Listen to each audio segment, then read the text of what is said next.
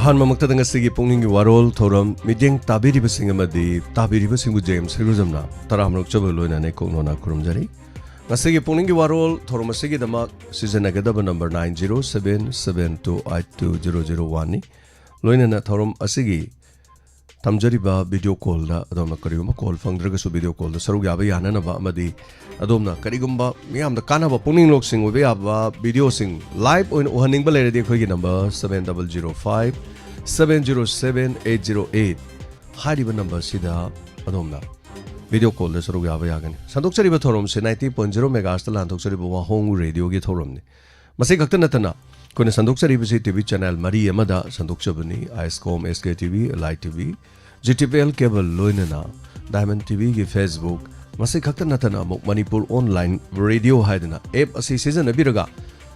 Radio Manipur द लेरिबा खुदिमक ताबा अदोमना 24 आवर्स द ताबा याबी खुदोंग साबदु एप असिदसु मणिपुर ऑनलाइन रेडियो द वाहोंग रेडियो यौजरी लोइनना ngasiगे थोरमसिगे एकोइना सिजनजरिबा 90.0 मेगाहर्ट्ज की सिगुंबा थोरमसिदसु अदोमना सरुगा बिबे यागनी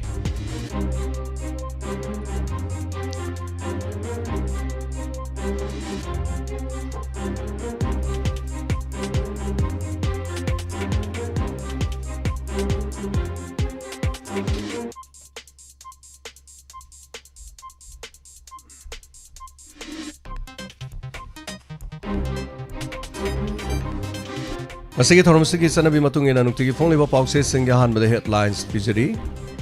masigi hanba headlines narol gi thoda CPI gi chai chama suba mapok numit thorom pangthokre lengang sathariba privatization asina asomasung kusilak lagadi miyam de hena awaba mayok naragani haina Dr. M Narana phongdokpa warol yawri loinana delimitation nama demikok thibagi matang da political parties singi mihut sing yawba mifam ma pangthok lagani haiba wafam Aurak liba mirol na puya da fumduna leiriba mapal naidraba loksingi pukai nainabagi matamoine haina RK Megana phongdokre Niyom lana ST certificate paiduna khudong saba loriba sing committee semduna tidok pio haina timna phongdorokli Accident da miyo ima laikidre loinana mari sokre ngagi mela pangthok piganu haiduna director da wakat cherol pisinkre hai Thase kontra matoi da manipulenga ke department officer in hapta kangjibung da pangthokni thorangni banga gi mela pangthok payaroi pangthok piganu haidunu kharamba nupi ke thelungmai selumna fishery director da ai ba cherol hoina wakat kre hai amarom da mafamani da shit chengbada talap maku fajana thengnare masimakti khunai de kiningai ni tobacco season na ba toklasi hiramasi da report ma yauri loinana Huyelam pau pau se sige headlines da Thadau in P Manipur na Governor amasung Chief Secretary the memorandum bisan kre Manipur ge sakhanglaba ST ge list cha yaudaba tribe ki certificate na lenga ge thabak toba haiba se tijana nama committee sembiu ai ge serau da gi lanjena ruba sing di September thada English sing ani kun ga humdoi ayamba hanjin khrabani pamdaba thodok amhona thokidri haina ke Ranjit na phongdorokli ngarang na han mayum da hanjin kiba singdu ahan ba oina mayum da hanjin badongna hajilak badongna tawbasi miyamna lobi ganu haiba warol ke Ranjit ki wafam phongdorokli lamai lising amaga chatret kontra ga mari panba puya ge larik phongkre imoinu irat pagi nga mela tobi ganu fisheries losing da kharambani ma sena phongdok pawarol DM U campus ke nopok thangba check pal manung da nung lengo yoli basing takthok kadori Permanent rotary car parking gi mayok to khongjang lakadori noinana 360 drigi gi assault on organized crime sathaba horgani amicha loinana Chief Judicial Magistrate oiramba laikhidraba samarchi yakhirak suba mapok kumon thorom pangthokre December loigeda ba numit mangani dangari IDP sing khongjang sangsili makha tarakpada Ponapam Paukse ki headlines so Supreme Court ki order matung in ST certificate ki matang da thijen bi haina thado impi na taksin ki wafam Purup Singh sana sina na hingmina ba pamda banate hingmina ba ngamhanda bani hana sanay mana phongdok pawaro Assistant Professor Samri ga taraga mapan lobgi notification sa ena ba tholok kadra ba gi chingna ba leire apon ba pangal sonthan ba ya ba wafam amata social media da upload to biganu ipom amasung loop sing na phongdorok pa warol yauri Masida natana Kontraga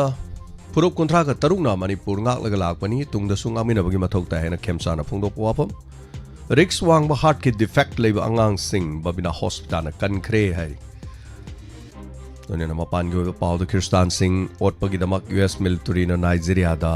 ꯏꯁꯂꯥꯃꯤꯁꯤꯡꯒꯤ ꯃꯊꯛꯇ ꯑꯀꯟꯕ Ariel attack ꯆꯠꯊꯔꯛꯈ꯭ꯔꯦ ꯄꯥꯀꯤꯁꯇꯥनी ꯇꯥꯂꯤꯕꯥꯟꯅ ꯃꯄꯥꯡꯒꯜ ꯁꯦꯝꯒꯠꯅꯅꯕ ꯐꯤꯔꯦꯞ ꯂꯧꯈ꯭ꯔꯦ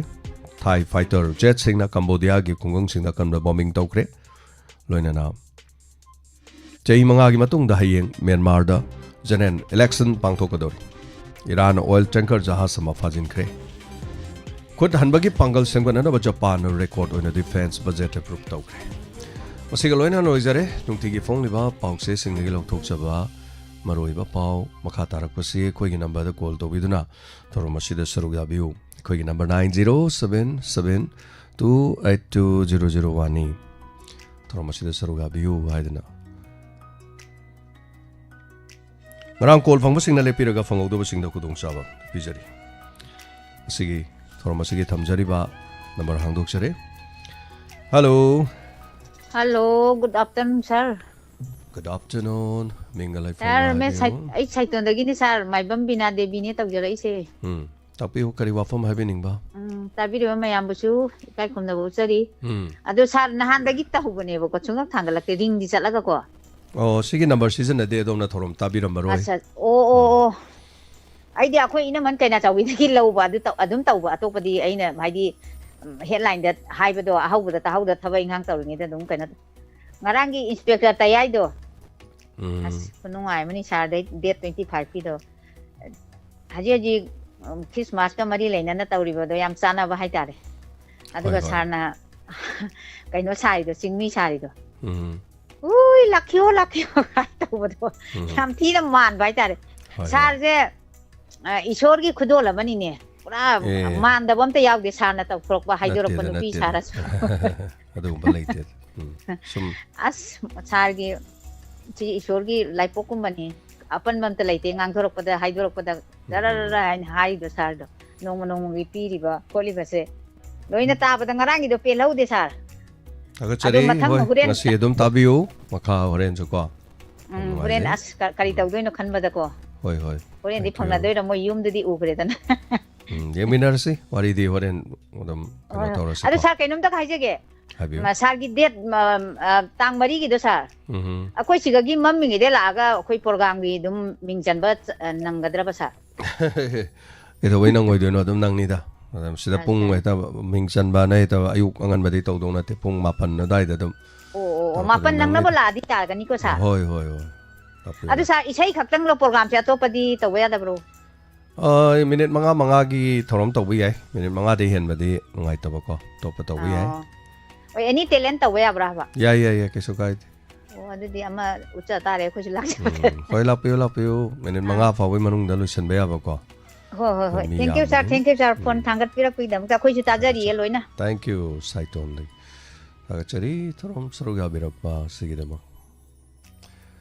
tangi kolar da khudong saba pijari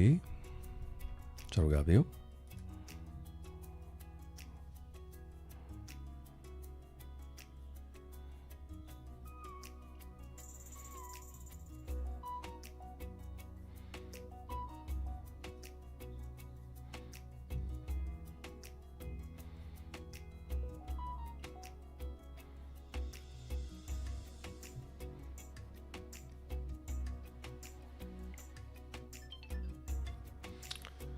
Tarab nukchari ngasigi mathangi caller lokachari hello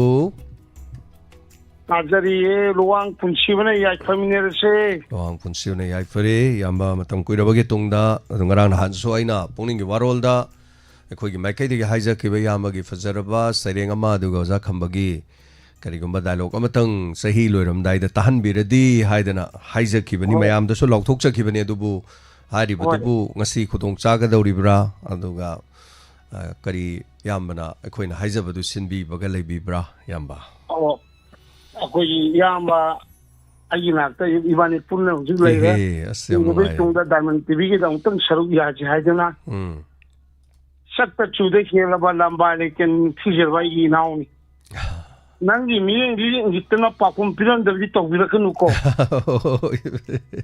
inaogi ngang thorpo wa hei kangkhulna ataba thamoi kaya yeni hulale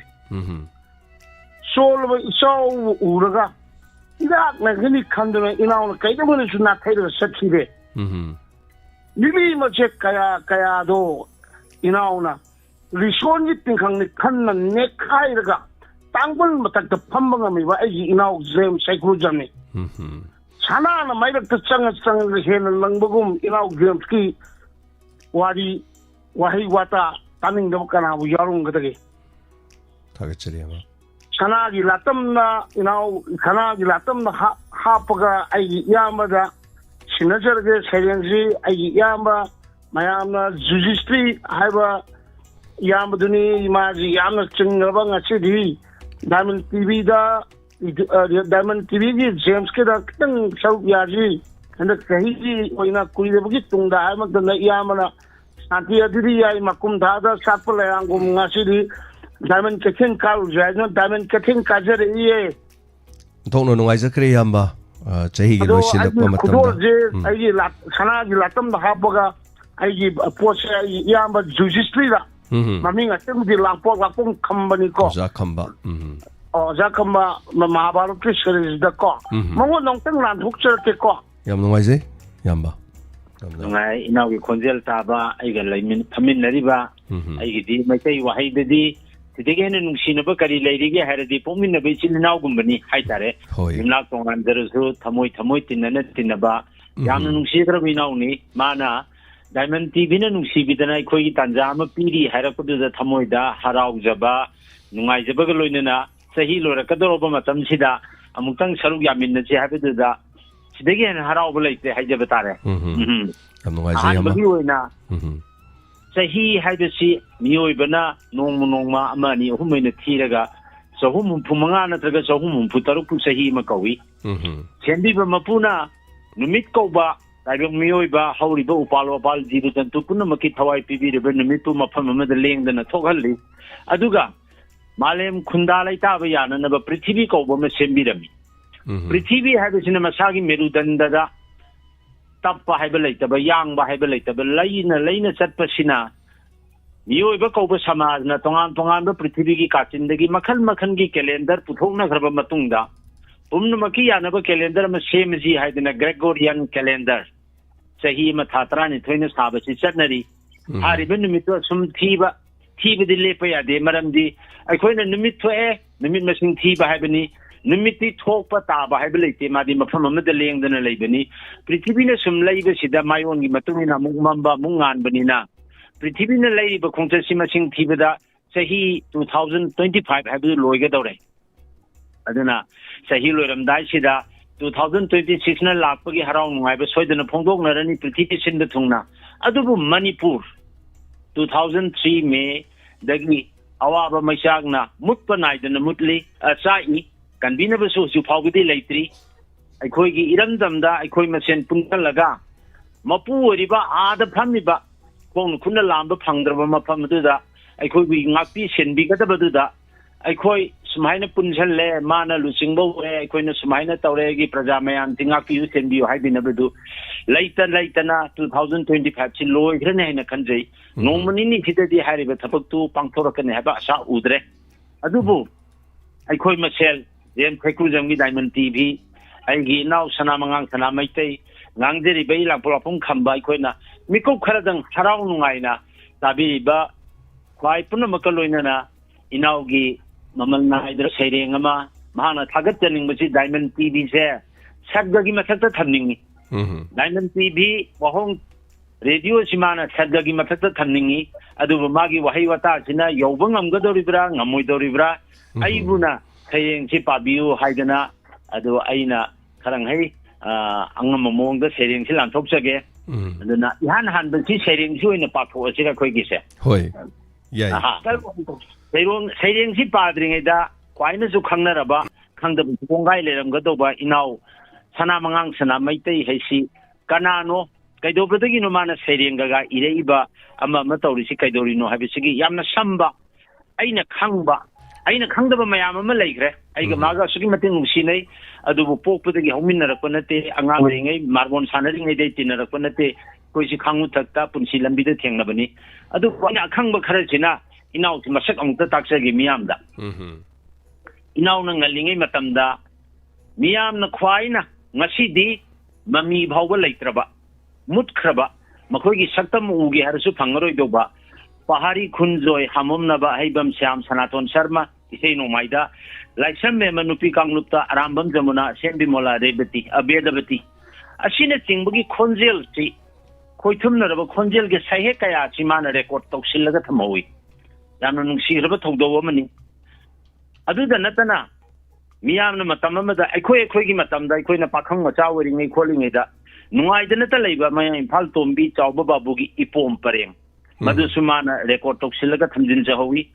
asigumba isai nomai nungai ai phaba radio gi mamal yamba drama sing khudam moina ai isamak na matam amada tamuso hoidana saruk yajaki ba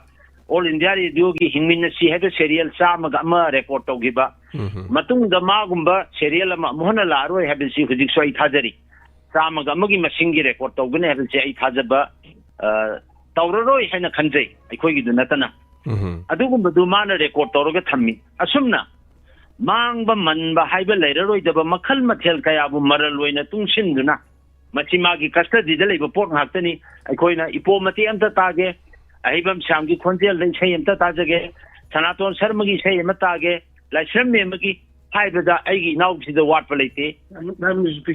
hairibam mayam masi magi maral loina tungsalaga ngasidi mahakse ina khunba nupa haibedu oiri mahak masamaksi film gi artist amani mapun sidang ati bhawbada film tara tarukta tongan tongan saktam langhi ama nidang lokhalabada pek amada haiba film da mantri sai wathok haiba film da additional director sagi rumal haiba film da special contractor sai mana mabhari ba film hariba tara taruk sida lokhali bisinata bador di tara hundoi lehore masida mana magi haija singja basi uttana mayamgi marakta tilli aduga mama sa serang bamusuri hoji na magi aigi nausi aina khara hanjar sumasu angang di woidrabani se hinsi masu suruba khangdi surma ne mang ngomi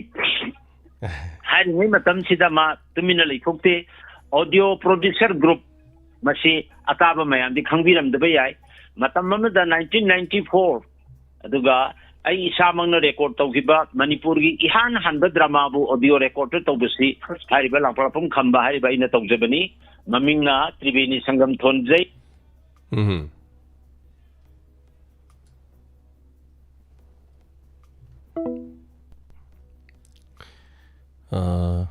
call si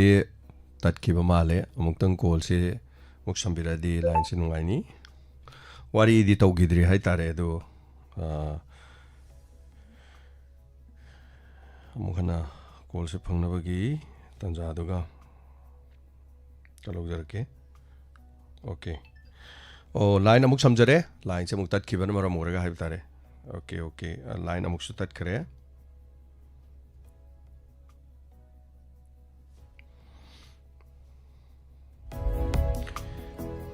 okay hello mathang miyang nungai na ba ai inaw sana mangang sana maitei gi sairing thune thijandarage okay da sairing gi maming si inaw sina tholisi marol nai ba leichan ayam puno magtaminarasi leichin na segai biraba thaja se uduna chatkhirgani 2025 sina punsi gi mathelamani khanbiyu punsi kaithel kajaragli kuirabagi tungdang asi amuk diamond tv gi konungda konung toina kabase maya yamna chamido nga thongbo toina chabasu khaba numisu lakpani warau yade warau biroi yachang lagle kumja lisingani kunmanga se halaklaroi matamgi khonglei se matamna kanabu ngai biram dedo gari gi katana satpagumbani mangi lambina tensilak unsina sandhya oisilak loi khragani kumja lisingani kungamanga matamgi maya ngaktani masak naidraba nongjabigum sumthangi jagoi khuthekum diamond tv wa hong radio di lengdana dum lehauragani rituraj basantagum kumja lisingani kuntarunga naksilak pasida harau mathoi kajari diamond radio wa hong radio makum thada satchabi leirangum Kanglen Kangdon Parakle Haina, Nangi listener singna asem Tawngi. Diamond TV ki James Haikruzamna, Mairi Kalaba Sakpa Maibulni. Mapung Parba Tanil gi Tajagumani, Simai Chona Satsabi Malay Sarongum, Lainam Nason Yom Laba Diamond TV ni, Nungsiba Tamoina Wabada Liglagi Pom Yeba Gumbani, Marol Nai but Sahina, Baktagi Yening, Kundat Hali. Hongjom Lamdam Lam Nungsi, Kebesingi like Golda, Ningsing Yumpam Tombiran Bado, Brazabasi Paunaga, Singlen Sanagan. Marol Naiba Lairangum, Pota Yumpam Amuk Tonbiri, Diamond TV James Hakruzamna. Now Hona Nangasi Amuk, like Hokamata de Lairangani, Cambrang and a Satpagum, or home radio galoinana. Hello in a meepui. Diamond TV na mi bungawali. Makal kayagi listener sing sanagi sempak matak tahapli Diamond TV ki James na. Ningthi Zaida Pazaida Lamdam se Wangjing Karimbikok Uyan Wangbal Kangabok Lamboy Tong Kaina Koyuna Lainagum Laklaga Lamding Sangayum Pam Tenta Hambal Chingya Wabgai Kairak Tubat na Thay Samlaga Kongjom Samaram Teksam Sapa Mirengban Diamond TV ki Lairang Nilaikok Oiri Lamle Lamdam Power Gakaching Tongjao Swara Kurau Popi Langaten Kairok Yauksilakuna Kaida Loroi Laktuna Salungpam Langmai Tek Bengi Sam Kuno Tubat Lan Porotuna Lorembam Ukongsang Sengmai Pechi Sarang Pat Samlaga Laga Nepram Atopam Kekman Laisang Temnakui in a Kayom Sari Sanbi Sanao Mayamna Kudungani Kotladuna Nanghoroi Matagum Chen Nari Hamba Kongduna Diamond TV ki Maikai Tamladuna Wahong Chongako Kilsu Sagal Tupang Kaptuna James Haikruzamgi Maikai Tanari Ibiakpa Sana Mangang Sana Maitek Masina Inaugi Tamu Dalo. Hello. Tagachari Tajari Nam Nungaina Yampanumak Loina Tajari Lalong Amuk Tobisi Mahabar Ujiki Chendo Pianaba Yogro. Duki Matik Fazakri say Tavagi Lubina Ruyamba. Maloki Dalmakan Ram Torogam Taibiro. Hoi, I'm not cannot talk to Mahabaraki, Huziki, the Dalok Matematanga Muktanga, and Takisahi, Luisalopagi Habatare, Madumatanga Mukta, Kudumtanga Tambiram Si, Yamba. Hoi, Dialog Anita or Humta Romate. Hoi, Matematic, Udane, Nungabanga, that we be Yare. Dudi Durjadhongi Aroiba, Haibatang Kakuda, Durjadhongi Misanga. Like Balaram Le Prabamatamda, Judistirna humble submission, Mana Balarangi Mabuk Tabang and Bawahina, Nusina, Tamoi, Sogan Hijakibedu Togzage, Judistirna Dwarkagi Mapu Heram Nanai Judistirna Gatsabatabi Sakunigi Sakrina Draupadi was awarded at Hadokali. So board the low Rabani Mina, where Rabani Haiduna Bisara Matalaitana. Ang ba manaw do sa sanda masampay do na singhalaga makong na kauhan ba? Mapimuluhay na sabha mamang da yatang piba ni Durjadhon na. Sa ti Draupadi gi asawa ba na praloy gi matogong pritinik to na puradalan kayaning kairak labada. Maharani Gandhari na Dhritarashtra da hajabadagi. Pandop ki mang lurabalan tumpo na mag. Draupadi da ning taw na boroy na pitokli. Durjadhon gi chakrida. Masagi misang duna mukhan na pando pulambi dagi kauhanduna longnam sa war sana na batarang loy pom khana amang man sahi tarani thoi bon chat pa sahi ma kana khangan na lot pa gari gumba khanglak pa thok lagana amukhan na sahi tarani thoi bon chat pa sahi ma lot pa masipum ba hau khrabani ne he ram sina Durjadhon gi aroi beda Yudhishthir gi humble submission to the Balaram Aduga mayam na tabiriba yang humdoi suba masing phong ki SK cassette ki aroi iroi loiba Vaikuntha Sri Krishna Yudhishthir da Yudhishthir na mioi begi punsi mioi begi hakchang de se thado ga deba de he lion ki bami kupta Bhagavan Krishna da mana aroi boi ne sangjaki ayamukta tawjage na haki thogjal na mioi begi hakchang thadok laga deba murti wehan bire he Krishna nang nangam da bakari lai bagi ꯃꯔꯇꯗꯁꯨ ꯑꯋꯥꯕ ꯀꯌꯥꯗꯒꯤ ꯅꯍꯥꯛꯅ ꯀꯟꯕꯤꯗꯨꯅ ꯔꯥꯖ꯭ꯌ ꯖꯩꯒ ꯀꯠꯆꯕ ꯉꯝꯖꯈꯤ ꯁꯚꯥ ꯃꯃꯥꯡꯗ ꯗ꯭ꯔꯧꯄꯗꯤꯒꯤ ꯀꯥꯏꯕ ꯉꯥꯛꯄꯤꯈꯤꯕꯅꯤ ꯆꯍꯤ 12 ꯕꯣꯟꯒꯤ ꯑꯋꯥꯕ ꯅꯍꯥꯛꯅ ꯀꯣꯛꯄꯤꯈꯤ ꯁꯥꯎꯒꯜꯂꯕ ꯗꯨꯔꯕꯥꯁꯥꯕꯨ ꯅꯍꯥꯛꯅ ꯁꯨꯝꯍꯠꯄꯤꯗꯨꯅ ꯄꯥꯟꯗꯣꯞꯄꯨ ꯀꯟꯕꯤꯈꯤ ꯆꯍꯤ ꯑꯃ ꯕꯤꯔꯥꯠꯇ ꯂꯣꯠꯄꯗ ꯌꯦꯛꯅꯕ ꯄꯨꯝꯅꯃꯛ ꯅꯍꯥꯛꯀꯤ ꯊꯧꯖꯥꯜꯅ ꯃꯥꯏꯊꯤꯕ ꯄꯤꯈꯤ ꯄꯥꯟꯗꯣꯞꯅ ꯔꯥꯏꯖ ꯄꯥꯝꯕꯅ ꯒꯨꯔꯨꯖꯣꯟꯁꯤꯡꯒ ꯂꯣꯏꯅꯅ ꯖꯥꯇꯤ ꯇꯨꯝꯅ ꯍꯥꯠꯄꯒꯤ ꯄꯥꯞꯅ ꯃꯩꯒꯨꯝꯅ ꯆꯥꯛꯂꯕ ꯑꯩꯒꯤ ꯊꯃꯣꯏ ꯑꯁꯣꯃꯦꯗ ꯖꯩꯒ ꯇꯧꯍꯟꯕꯤꯗꯨꯅ ꯅꯅꯥꯏꯒꯤ ꯃꯩꯆꯥꯛ ꯃꯨꯠꯄꯤꯈꯤ ꯍꯦ ꯀ꯭ꯔꯤꯁꯅ ꯙꯟꯃꯕꯨ ꯌꯣꯛꯈꯠꯅꯕ ꯄꯥꯄꯤꯁꯤꯡꯕꯨ ꯉꯥꯛꯄꯤꯅꯕ ꯍꯟꯅ ꯍꯟꯅ ꯁꯥꯌꯣꯟꯕꯤꯕ ꯅꯪꯒꯤ ꯆꯔꯤꯇ꯭ꯔ ꯚꯦꯗꯅ ꯈꯪꯗꯕꯅꯤ ꯅꯪꯒꯤ ꯊꯧꯖꯥꯜꯅ ꯑꯩꯒꯤ ꯖꯥꯇꯤ ꯒꯣꯇ꯭ꯔ ꯄꯨꯝꯕ ꯑꯃꯨꯛ ꯇꯧꯍꯟꯕꯤꯌꯨ ꯊꯧꯖꯥꯜꯒꯤ ꯃꯄꯨ ꯍꯦ ꯗꯌꯥꯃꯣꯏ ꯑꯁꯨꯝꯅ ꯍꯥꯟꯅꯅ ꯁꯔꯒꯂꯣꯛꯇ ꯆꯪꯗ꯭ꯔꯕ ꯃꯃꯥ ꯃꯄꯟ ꯃꯃꯥꯟꯙꯧ ꯄꯨꯝꯅꯃꯛ ꯚꯒꯋꯥꯟ ꯀ꯭ꯔꯤꯁꯅꯅ ꯎꯅꯍꯟꯈꯤ ꯑꯗꯣ ꯃꯍꯥꯚꯥꯔꯠꯇꯒꯤ ꯁꯨꯝ ꯇꯧꯁꯤꯔꯥ ꯑꯗꯨꯒ ꯑꯩꯅ ꯁ꯭ꯇꯦꯖ ꯗ꯭ꯔꯃꯥꯗ ꯇꯧꯖꯕ ꯃꯍꯥꯚꯥꯔꯠꯇꯒꯤ ꯁ꯭ꯇꯦꯖ ꯗ꯭ꯔꯃꯥꯗꯁꯨ ꯑꯣꯟꯊꯣꯛꯄ ꯗꯥꯏꯂꯣग ꯊꯦꯡꯅꯖꯩ ꯍꯣꯏ ꯍꯣꯏ ꯍꯜꯂꯣ ꯇꯥꯖꯔꯤ ꯑꯣꯖꯥ ꯑꯔꯣꯏꯕ ꯑꯝꯇꯪ ꯇꯧꯔꯒ ꯂꯣꯏꯁꯤꯜꯂꯒꯦ ꯐꯅꯤ ꯍꯣꯏ ꯍꯣꯏ ꯑꯔꯣꯏꯕ ꯑꯣꯏꯅ ꯃꯆꯥ ꯃꯊꯪ ꯑꯝꯇꯪ ꯙ꯭ꯔꯤꯇꯔꯥꯁꯇ꯭ꯔꯒꯤ ꯑꯔꯣꯏꯕ ꯌꯥꯍꯤꯞ ꯃꯇꯝ ꯂꯣꯏꯔꯗꯅ ꯑꯁꯤꯕꯒꯤ ꯈꯌꯥꯠꯇ ꯃꯁꯥꯅ ꯈꯪꯅ ꯆꯪꯉꯒꯦ ꯑꯩꯒꯤ ꯍꯤꯡꯕꯒꯤ ꯃꯇꯝ ꯂꯣꯏꯔꯦ ꯍꯥꯏꯅ ꯙ꯭ꯔꯤꯇꯔꯥꯁꯇ꯭ꯔꯅ ꯆꯠꯂꯝꯗꯥꯏꯗ ꯌꯨꯙꯤꯁꯊꯤꯔꯅ ꯈꯥꯝꯖꯕꯗꯨ ꯑꯣꯏꯅ ꯇꯧꯖꯒꯦ ꯀꯔꯤ ꯏꯔꯥꯜ ꯂꯩꯗꯨꯅ ꯏꯄꯟꯗꯧꯅ ꯑꯩꯕꯨ ꯍꯨꯟꯗꯣꯛꯄꯤꯔꯝꯒꯗꯧꯔꯤꯕꯅꯣ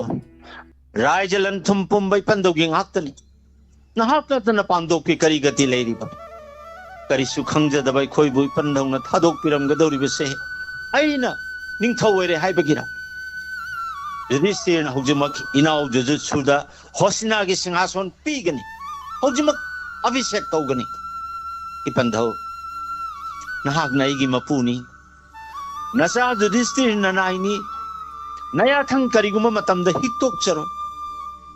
ꯅꯆꯥ ꯏꯕꯨꯡꯉꯣ ꯖꯨꯖꯨꯠꯁꯨ ꯍꯧꯖꯤꯛ ꯐꯥꯎꯕ ꯍꯤꯡꯂꯤ ꯃꯤꯅꯥꯏ ꯅꯨꯕꯤꯒꯤ ꯃꯆꯥ ꯑꯣꯏꯖꯁꯅꯨ ꯍꯧꯖꯤꯛꯃꯛ ꯃꯉꯣꯟꯗ ꯔꯥꯖꯚꯥꯔ ꯁꯤꯟꯅꯔꯒꯦ ꯏꯄꯟꯗꯧ ꯁꯤꯅ ꯙ꯭ꯔꯤꯇꯔꯥꯁꯇ꯭ꯔꯒꯤ ꯑꯔꯣꯏꯕ ꯌꯥꯍꯤꯞꯇꯒꯤ ꯐꯅꯤ ꯑꯗꯨꯗꯤ ꯏꯆꯤꯜ ꯏꯅꯥꯎꯒꯤ ꯊꯧꯔꯝꯁꯤ ꯃꯇꯥꯡꯁꯤꯗ ꯂꯣꯏꯁꯤꯟꯖꯔꯒꯦ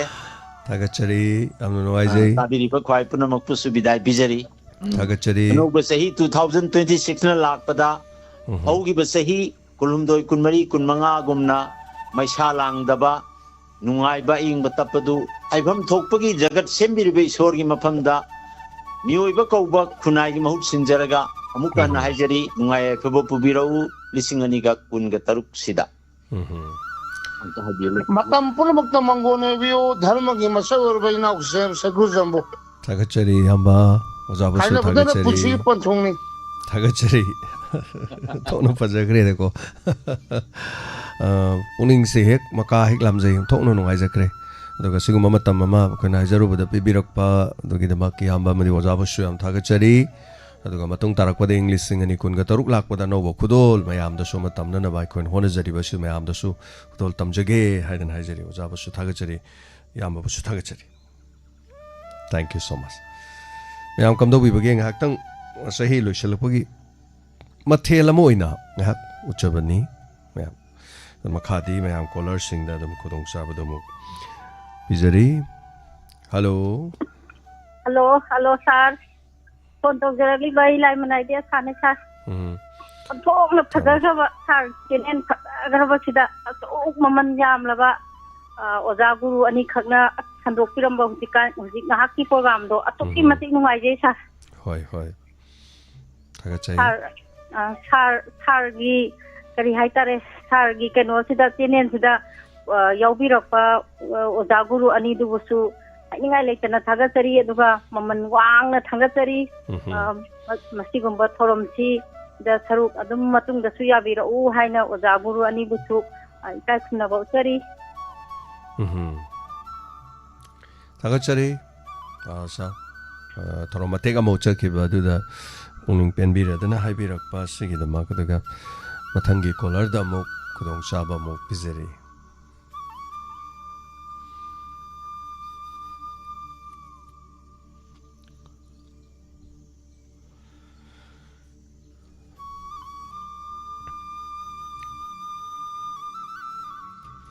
ꯀꯣꯜ ꯇꯧꯕꯤꯌꯨ ꯊꯧꯔꯝ ꯑꯁꯤꯗ ꯁꯔꯨꯛ ꯌꯥꯕꯤꯌꯨ ꯑꯩꯈꯣꯏꯅ ꯄꯥꯡꯊꯣꯛꯆꯔꯤꯕ ꯄꯨꯛꯅꯤꯡꯒꯤ ꯋꯥꯔꯣꯜ ꯊꯧꯔꯝꯗ ꯄꯨꯛꯅꯤꯡꯒꯤ ꯋꯥꯔꯣꯜ ꯊꯧꯔꯝ ꯑꯩꯈꯣꯏꯒꯤ ꯂꯩꯖꯔꯤꯕ ꯑꯉꯥꯡꯁꯤꯡꯅ ꯑꯃꯨꯛ ꯍꯥꯏꯕ ꯇꯥꯔꯦ ꯊꯧꯔꯝꯁꯤꯗ ꯁꯔꯨꯛ ꯌꯥꯕ ꯑꯣꯂꯦꯟ ꯄꯨꯁꯄꯔꯥꯅꯤ ꯃꯈꯣꯏꯁꯨ ꯑꯩꯅ ꯊꯕꯛ ꯆꯤꯜꯂꯛꯄ ꯃꯇꯝꯗ ꯁꯔꯨꯛ ꯌꯥꯕꯗ ꯃꯌꯥꯝ ꯁꯔꯨꯛ ꯌꯥꯝꯅ ꯌꯥꯕꯤ ꯌꯥꯝ ꯅꯨꯡꯉꯥꯏꯖꯩ ꯑꯣꯂꯦꯟ ꯑꯃꯗꯤ ꯄꯨꯁꯄꯔꯥꯅꯤꯗ ꯑꯩꯈꯣꯏꯒꯤ ꯈꯔ ꯀꯔꯤ ꯍꯥꯏꯅꯤ ꯃꯌꯥꯝꯁꯤꯅ ꯈꯔ ꯐ꯭ꯔꯤ ꯑꯣꯏꯕ ꯍꯦꯛ ꯇꯧꯕ ꯍꯥꯏꯅꯤꯡꯕꯁꯦ ꯑꯩꯉꯣꯟꯗ ꯐꯣꯟ ꯇꯧꯕꯁꯤꯅ ꯍꯥꯏꯔꯨꯔꯒ ꯁꯣꯏꯈ꯭ꯔꯒ ꯀꯔꯤ ꯍꯥꯏꯔꯛꯀꯗꯒꯦ ꯀꯔꯤ ꯀꯥꯏꯒꯤꯗꯒꯦꯅ ꯈꯟꯅꯕ ꯑꯗꯨꯁꯨ ꯑꯗꯨꯝ ꯌꯥꯎꯏ ꯑꯗ ꯌꯥꯝ ꯅꯨꯡꯉꯥꯏꯖꯩ ꯑꯗꯨꯅ ꯑꯉꯥꯡꯁꯤꯡꯅ ꯇꯧꯕꯗꯨꯁꯨ ꯑꯗꯨꯝ ꯑꯩ ꯑꯗꯨꯝ ꯊꯕꯛ ꯆꯠꯄꯗ ꯒꯥꯔꯤꯗ ꯑꯗꯨꯝ ꯇꯥꯏ ꯑꯗꯨꯝ ꯑꯁꯪꯕꯉꯩꯗꯤ ꯍꯥꯏꯇꯥꯔꯦ ꯑꯗꯨꯅ ꯑꯩꯅ ꯊꯕꯛꯇꯨ ꯆꯤꯟꯖꯜꯂꯒꯅ ꯑꯃꯨꯛ ꯇꯥꯗꯕ ꯊꯦꯡꯛ ꯌꯨ ꯁꯣ ꯃꯆ ꯊꯥꯒꯠꯆꯔꯤ ꯍꯜꯂꯣ ꯃꯤꯡ ꯑꯃꯗ ꯂꯩꯐꯝ ꯍꯥꯏꯕꯤꯁꯤ ꯍꯜꯂꯣ ꯀ꯭ꯋꯥꯀꯩꯊꯦꯜꯗꯒꯤ ꯏꯃꯥ ꯃꯦꯝꯆꯥꯅꯦ ꯁꯥꯔ ꯇꯥꯛꯄꯤꯌꯨ ꯀꯔꯤ ꯍꯥꯏꯕꯤꯅꯤꯡꯉꯤ ꯍꯧꯖꯤꯛꯀꯤ ꯄ꯭ꯔꯣꯒ꯭ꯔꯥꯝꯗꯣ ꯅꯨꯡꯉꯥꯏꯃꯟꯗꯅ ꯑꯩꯅꯁꯨ ꯍꯟꯅ ꯁꯞꯄꯣꯔꯠ ꯇꯧꯖꯔꯤ ꯍꯥꯏꯖꯕ ꯉꯝꯗꯕ ꯐꯣꯡꯗꯣꯛꯄ ꯉꯝꯖꯗꯕ ꯐꯣꯡꯗꯣꯛꯄꯤꯔꯛꯄꯁꯤꯡꯗꯣ ꯑꯁꯦꯡꯕ ꯉꯥꯛꯇꯅꯦ ꯁꯥꯔ ꯑꯗꯨꯒ ꯀꯔꯤꯒꯨꯝꯕ ꯑꯝꯇ ꯍꯪꯖꯍꯧꯒꯦ ꯗꯦꯠ 29ꯒꯤ ꯂꯤꯂꯥꯗꯨꯕꯨ ꯅꯤꯉꯣꯜ ꯃꯋꯥ ꯁꯣꯏꯗꯦ ꯄꯨꯡ ꯀꯌꯥꯗꯅꯣ ꯁꯥꯔ ꯄꯨꯡ 2 ꯄꯨꯡ 2 ꯑꯗꯨꯃ ꯑꯩꯈꯣꯏ ꯁꯣꯏꯗꯅ ꯂꯩꯖꯔꯝꯃꯒꯦ ꯀꯔꯤ ꯂꯤꯂꯥ ꯍꯥꯏꯕꯅꯣ ꯁꯥꯔ ꯅꯤꯉꯣꯜ ꯃꯋꯥ ꯒꯨꯗ ꯑꯗꯨꯃ ꯑꯩꯈꯣꯏ ꯁꯣꯏꯗꯅ ꯉꯥꯏꯗꯅ ꯂꯩꯖꯔꯝꯃꯒꯦ ꯍꯣꯏ ꯊꯥꯒꯠꯆꯔꯤ ꯏꯃꯥ ꯀ꯭ꯋꯥꯀꯩꯊꯦꯜꯗꯒꯤ ꯏꯃꯥ ꯃꯦꯝꯆꯥ ꯂꯥꯛꯂꯤꯕ ꯇꯥꯡ 28 ꯄꯨꯡ 2 ꯇꯥꯕ ꯃꯇꯝꯗ ꯏꯕꯣꯏ ꯑꯃꯁꯨꯡ ꯁꯨꯃꯥꯡ ꯂꯤꯂꯥ ꯁꯪꯂꯦꯟꯗ ꯑꯩꯈꯣꯏ ꯅꯤꯡꯊꯝ ꯐꯦꯁꯇꯤꯚꯦꯜ ꯍꯧꯗꯣꯛꯀꯗꯣꯏꯅꯤ ꯀꯣꯝꯄꯤꯇꯤꯁꯟ ꯅꯠꯇꯦ ꯑꯗꯨꯒ ꯍꯥꯏꯔꯤꯕ ꯂꯤꯂꯥꯁꯤ ꯇꯤꯀꯦꯠ ꯐ꯭ꯔꯤꯅꯤ ꯃꯌꯥꯝ ꯂꯥꯛꯅꯤꯡꯕ ꯂꯥꯛꯑ ꯌꯦꯡꯕ ꯌꯥꯏ ꯍꯥꯟꯅꯗꯤ ꯂꯨꯄꯥ 50 ꯂꯧꯕꯅꯤ ꯑꯗꯣ ꯍꯟꯗꯛꯇꯤ ꯂꯧꯔꯔꯣꯏ ꯑꯗꯨꯒ ꯑꯅꯛꯄ ꯑꯗꯥꯏꯗ ꯂꯩꯕꯤꯔꯤꯕꯁꯤꯡ ꯌꯦꯡꯍꯧꯗꯕ ꯅꯤꯉꯣꯜ ꯃꯋꯥ ꯌꯦꯡꯍꯧꯗꯕ ꯑꯩꯈꯣꯏ ꯂꯤꯂꯥ ꯌꯦꯡꯕꯤꯅꯤꯡꯕꯉꯩꯗꯤ ꯂꯥꯛꯄ ꯌꯥꯔꯦ ꯑꯗꯣ ꯑꯩꯈꯣꯏ ꯂꯤꯂꯥ ꯈꯛꯇ ꯅꯠꯇꯅ ꯇꯥꯡ 29ꯗꯒꯤ ꯍꯧꯗꯣꯏꯅꯤ ꯑꯩꯈꯣꯏꯅ ꯑꯅꯤꯔꯛ ꯁꯨꯕꯗ ꯇꯥꯕꯅꯤ 29, 19, 30 ꯁꯨꯃꯥꯏꯅ ꯆꯠꯀꯗꯧꯕ ꯑꯗꯨꯅꯃꯊꯪ ꯂꯤꯂꯥ ꯌꯦꯡꯕꯤꯅꯤꯡꯕꯁꯤꯡꯅ ꯂꯤꯂꯥ ꯑꯅꯧꯕ ꯑꯃꯃꯝ ꯐ꯭ꯔꯤꯗ ꯂꯣꯏꯅ ꯌꯦꯡꯕ ꯌꯥꯔꯅꯤ ꯃꯌꯥꯝ ꯃꯇꯝ ꯆꯥꯅ ꯂꯥꯛꯄꯤꯔ ꯌꯦꯡꯕꯤꯌꯨ ꯑꯗꯨꯒ ꯑꯩꯈꯣꯏꯒꯤꯁꯨ ꯅꯤꯉꯣꯜ ꯃꯋꯥ ꯍꯥꯏꯔꯤꯕ ꯂꯤꯂꯥꯁꯤ ꯁꯥꯟꯅꯒꯅꯤ ꯂꯤꯂꯥꯁꯤ ꯌꯦꯡꯕꯤꯌꯨ ꯍꯥꯏꯗꯅ ꯍꯥꯏꯖꯔꯤ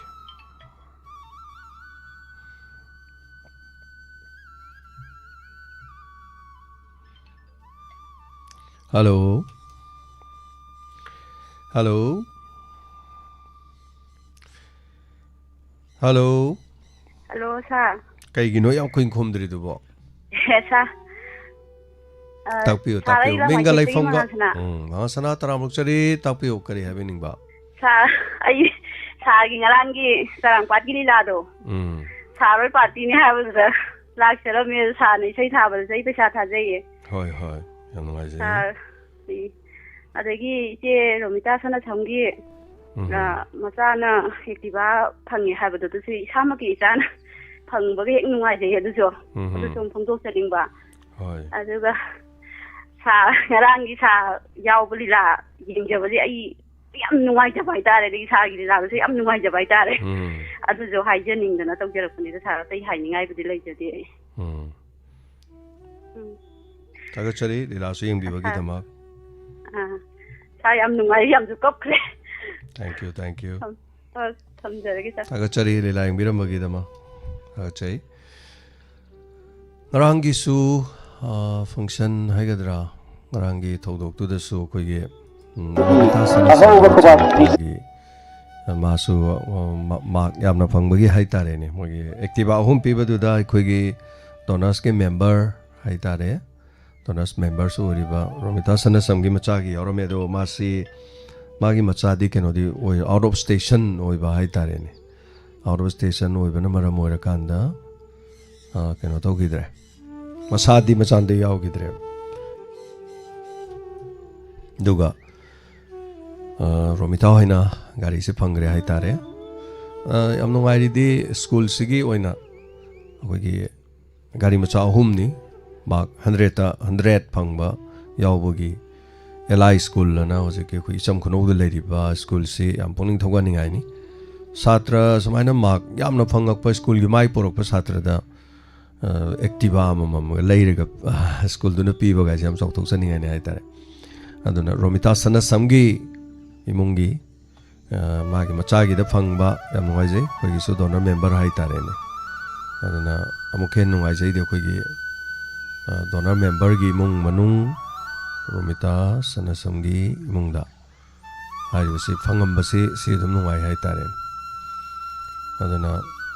ꯅꯣꯡꯄꯣꯛ ꯂꯧꯔꯦꯝꯕꯝꯗꯒꯤ ꯗꯥꯏꯃꯟ ꯗꯣꯅꯔꯁ ꯌꯥꯎꯕꯤ ꯔꯣꯃꯤꯇꯥ ꯁꯅꯁꯝꯒꯤ ꯃꯆꯥꯅꯨꯄꯥ ꯄ꯭ꯔꯁꯥꯟꯇ ꯁꯅꯁꯝꯅ 2003ꯒꯤ 23 SLC ꯑꯦꯛꯖꯥꯝꯗ 23rd ꯄꯣꯖꯤꯁꯟ ꯇꯥꯕꯒꯤ ꯑꯗꯨ ꯏꯪꯂꯤꯁ LIC ꯁ꯭ꯀꯨꯜꯅ ꯑꯦꯛꯇꯤꯚꯥ ꯄꯤꯕꯒꯤ ꯃꯃꯤꯡꯅꯤ ꯍꯜꯂꯣ ꯍꯜꯂꯣ ꯃꯤꯡ ꯑꯃꯗ ꯂꯩꯐꯝ ꯍꯥꯏꯕꯤꯌꯨ ꯑꯩ ꯇꯨꯁꯤꯗꯒꯤ ꯏꯅꯥꯎꯕꯤꯅꯤ ꯇꯥꯛꯄꯤꯌꯨ ꯀꯔꯤ ꯍꯥꯏꯕꯤꯅꯤꯡ ꯁꯥꯔꯒꯤ ꯉꯔꯥꯡꯒꯤ ꯂꯤꯂꯥꯗꯣ ꯁꯥꯔꯣꯏ ꯄꯥꯔꯇꯤꯅꯦꯅ ꯑꯩꯈꯣꯏꯒꯤ ꯌꯦꯡꯕ ꯂꯥꯛꯁꯦ ꯑꯩꯈꯣꯏ ꯀꯦꯖꯤ ꯂꯣꯏ ꯍꯣꯞꯇꯅꯒ ꯂꯥꯛꯑꯦ ꯍꯔꯥꯎꯗꯅ ꯌꯥꯝ ꯅꯨꯡꯉꯥꯏꯔꯦ ꯑꯗꯣ ꯂꯤꯂꯥꯗꯤ ꯌꯥꯝ ꯐꯖꯩꯕ ꯃꯥꯒꯤ ꯂꯣꯏꯁꯜꯂꯛꯄꯁꯦ ꯑꯩꯈꯣꯏꯒꯤ ꯎꯔꯤꯔꯩ ꯃꯥꯙꯕꯤꯒꯤ ꯍꯥꯏꯐꯦꯠ ꯃꯥꯜꯂꯒꯀꯣ ꯌꯥꯝ ꯐꯖꯕ ꯀꯥꯟꯗ ꯌꯥꯝ ꯅꯨꯡꯉꯥꯏꯈ꯭ꯔꯦ ꯑꯗꯨ ꯀꯩꯅꯣꯒꯤ ꯗꯥꯏꯃꯟ ꯗꯣꯅꯔꯁꯀꯤ ꯑꯩꯈꯣꯏ ꯑꯗꯨꯝ ꯂꯥꯛꯀꯅꯤ ꯐꯪꯁꯟꯒꯤꯗꯣ ꯍꯣꯏ ꯚꯥꯕꯣꯛ ꯑꯣꯏꯅ ꯑꯗꯨꯝ ꯑꯣꯏꯖ ꯇꯥꯔꯦ ꯍꯥꯟꯅꯗꯩꯁꯨ ꯍꯩꯇꯕꯅꯤꯅ ꯀꯩꯁꯨ ꯀꯥꯏꯗꯦ ꯚꯥꯕꯣꯛ ꯌꯥꯎꯗ ꯌꯥꯄꯣꯟꯇꯦꯗ ꯂꯤꯂꯥ ꯁꯥꯟꯅꯕ ꯉꯥꯛꯇ ꯂꯥꯛꯑꯗꯤ ꯀꯝꯗꯧꯔꯨꯅꯤ ꯂꯤꯂꯥ ꯌꯦꯡꯅꯕꯁꯨ ꯈꯔ ꯌꯥꯎꯗꯗꯤ ꯌꯥꯗꯕꯅꯤꯅꯀꯣ ꯇꯧꯔꯛꯇꯕꯁꯨ ꯀꯨꯏꯔꯦꯅ ꯇꯧꯔꯛꯄꯅꯤ ꯁꯥꯔ ꯑꯗꯣ ꯑꯗꯨꯝ ꯇꯥꯖꯩ ꯑꯩꯈꯣꯏ ꯊꯧꯔꯝ ꯈꯨꯗꯤꯡꯃꯛ ꯑꯗꯨꯝ ꯂꯦꯞꯇꯅ ꯌꯥꯝ ꯅꯨꯡꯉꯥꯏꯖꯩ ꯉꯔꯥꯡ ꯂꯤꯂꯥ ꯌꯦꯡꯕꯤꯅ ꯇꯥꯛꯄꯤꯔꯛꯄ ꯃꯌꯥꯝ ꯂꯤꯂꯥ ꯅꯨꯡꯉꯥꯏꯒ ꯍꯥꯏꯅꯈꯤꯕ꯭ꯔꯣ ꯂꯩꯀꯥꯏꯗꯅꯒ ꯌꯥꯝ ꯅꯨꯡꯉꯥꯏꯌꯦ ꯑꯗꯨꯝ ꯃꯤ ꯂꯣꯏ ꯍꯥꯏꯅꯩ ꯌꯥꯝ ꯅꯨꯡꯉꯥꯏꯅ ꯑꯗꯨꯝ ꯃꯃꯩ ꯂꯣꯏꯁꯜꯂꯛꯄ ꯌꯥꯝ ꯅꯨꯡꯉꯥꯏꯕꯀꯣ ꯂꯣꯏꯁꯜꯂꯛꯄꯅꯤ ꯑꯗꯣ ꯂꯣꯏꯁꯜꯂꯛꯄꯗꯨꯗ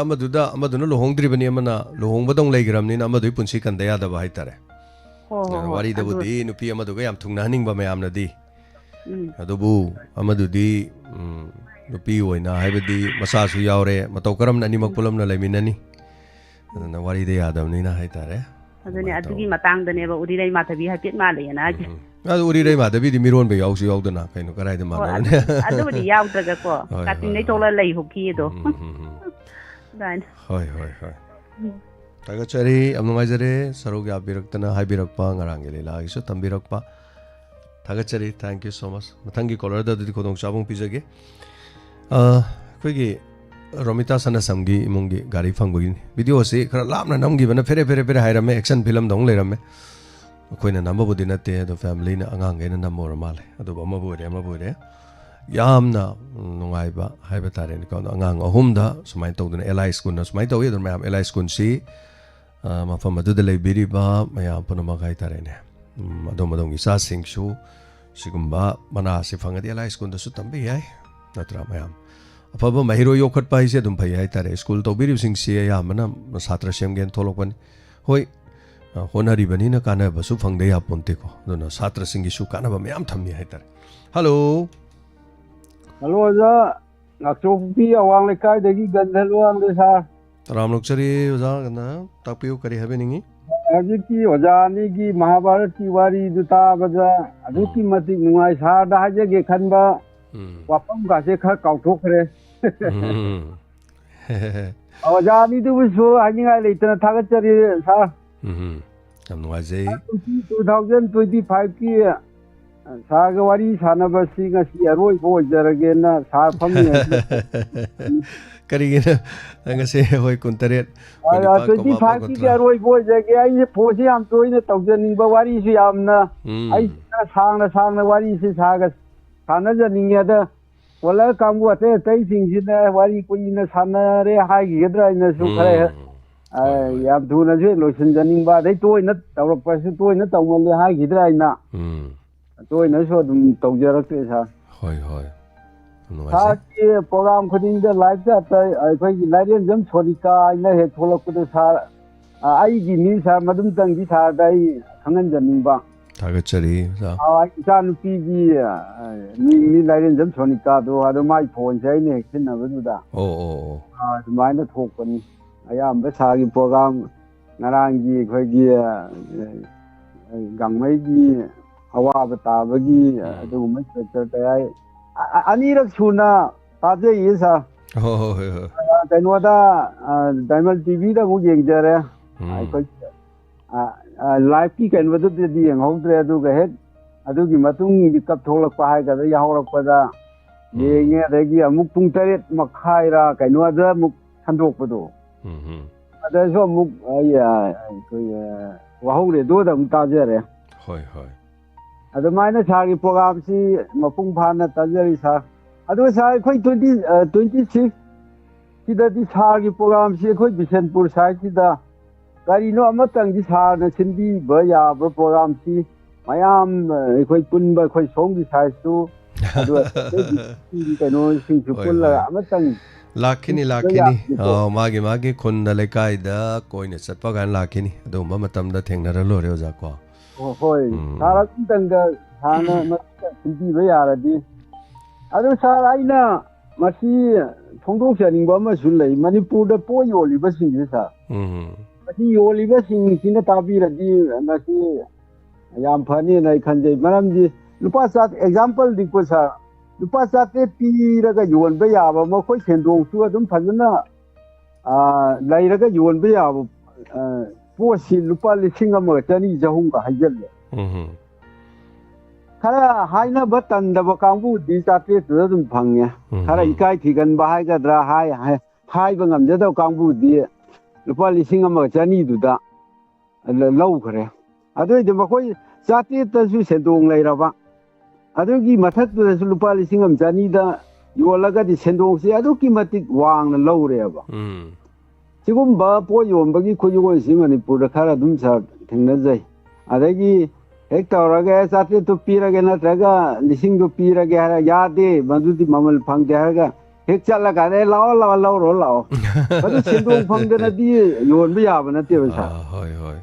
सिगुम्बसी मणिपुर मसी पोयोनसि सा खरा दुम लई मसीगुम्बसी पोयोलि बैसिनियाउसिंग अदु इमा इबेलसिंग हाइगद्रा खुदिंगमक सिंगसिना लैबा लाइबसिंगदुसु आइगी इसा इनाउसिंग यामबै खुरा ngaktani योलिबसिंगदुदा सु नियम चुमना योनबीबा अदगी सिगुम्बा लैतलारगी खरा येंबीरगा योनबीबा ओरगदि सा याम नुंगाइजने नमसिम तंगा फोंदोक्चनिंबा सारगी प्रोग्राम अदुकी मतिंग नुंगाइना ताजरी हाबसि सारगी मफमदा कुमसी 2025 की अरोइबा ओइना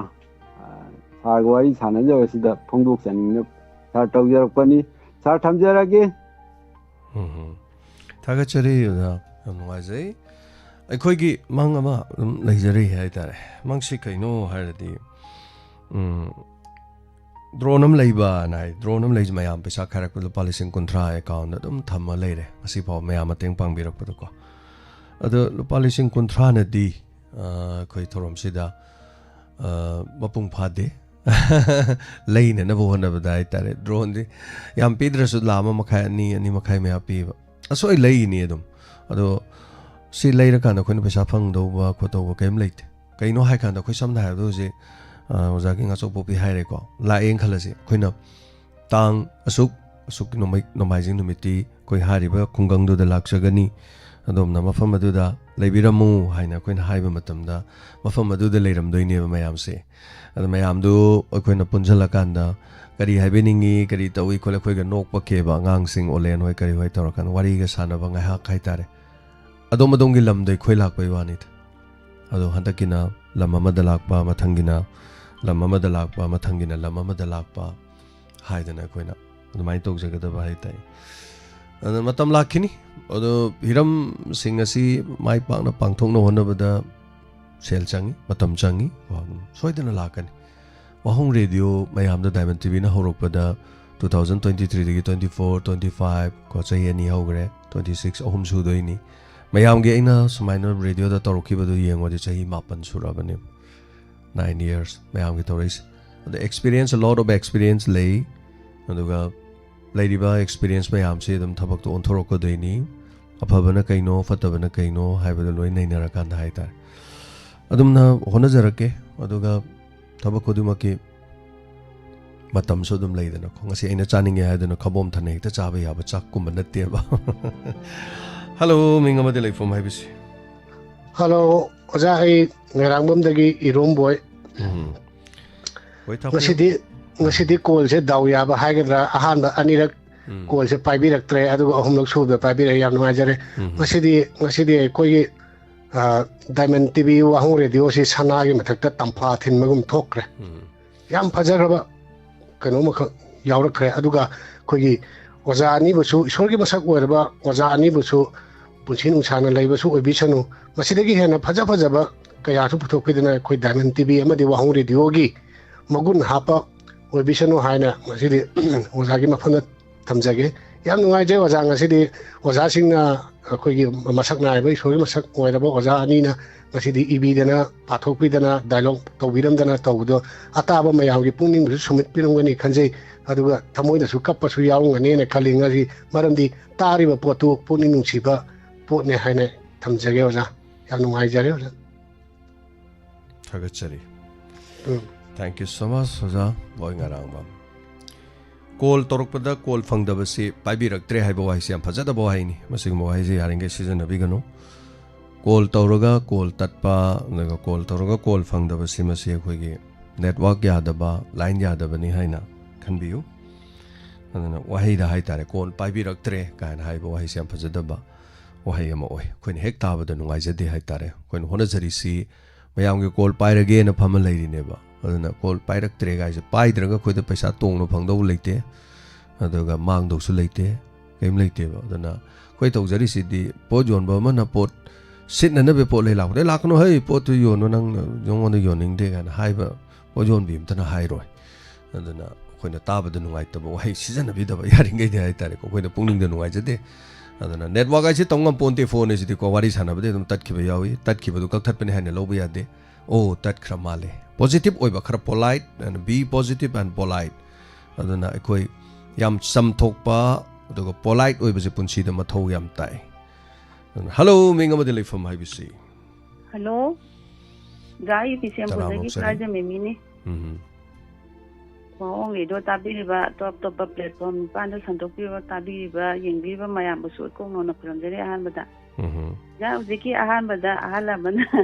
सैरेंगा वारीगा लिबदो अदु अहानदो खोगी वोंग लेदो येना वारी लिबा सीरीज नाइना लिहनबा यारोइदो जा मेदा मेमी के वाफम दो अहन नाइने ता हाइबदुसु फजदे मदु खंबा अना ओजा खंबनी महाभारत की ओजाने अमसंग ममिंग नाइबनि सेला वारी लिबि ओगाइदो खोइना यामना कैनोमा खनगिने ना खल्ले मेदा वारी लिबो ओजाना चदे हाइजरिबा ओजादो आइन हाइजबदे आर्टिस्ट अमनी आर्टिस्ट अमबु सिदा वारी लिरु लावन हाइरुबदुदि याम लुरनी हाइजरिबा तने आइदि ओजा आई वाखनना कोई वारी लिबो ओइना चतराइना खंजो नते मी महाभारत की खंबा ना हारिदुदि हुजिकी सीरीज ओइना चतखिबा महाभारत फोंगबदुगी ओजादुनी केसेट तगा तौबा ड्रामा गे आर्टिस्ट ने अफावबा मीनी सिला वारी लिबिरु लावगा हाइरोदि ओजादु द कैनों खनगरनि सिनफम दु ओनरे हारिबा कैसो काइदे मैडम ना खंगदबैनी आइना हाइटेट सम थबक तौदंग ताबदा कैसो काइदे यामना हुजि हुजि अखोइना महाभारत सीरीज तारिदो अदैदा अर्जुन सु साबनी अदुगा माना सादबा रोल लेते अखोइ मखन मखन साइ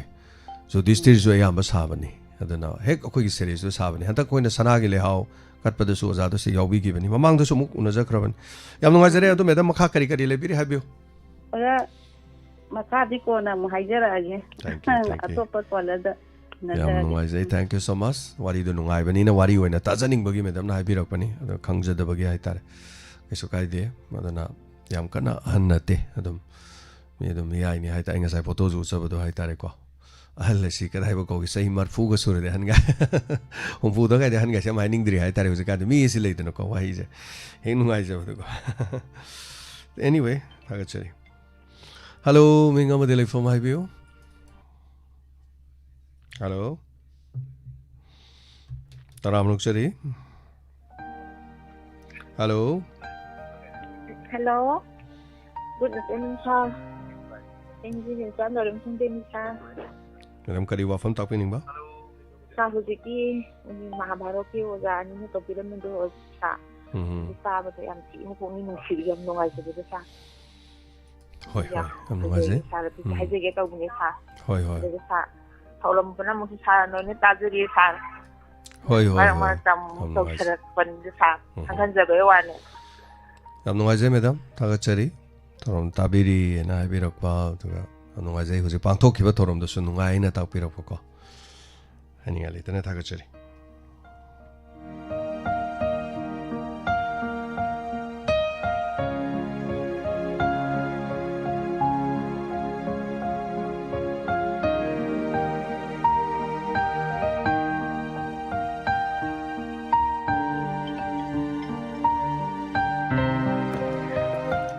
Hello, Minga Madele from Highview.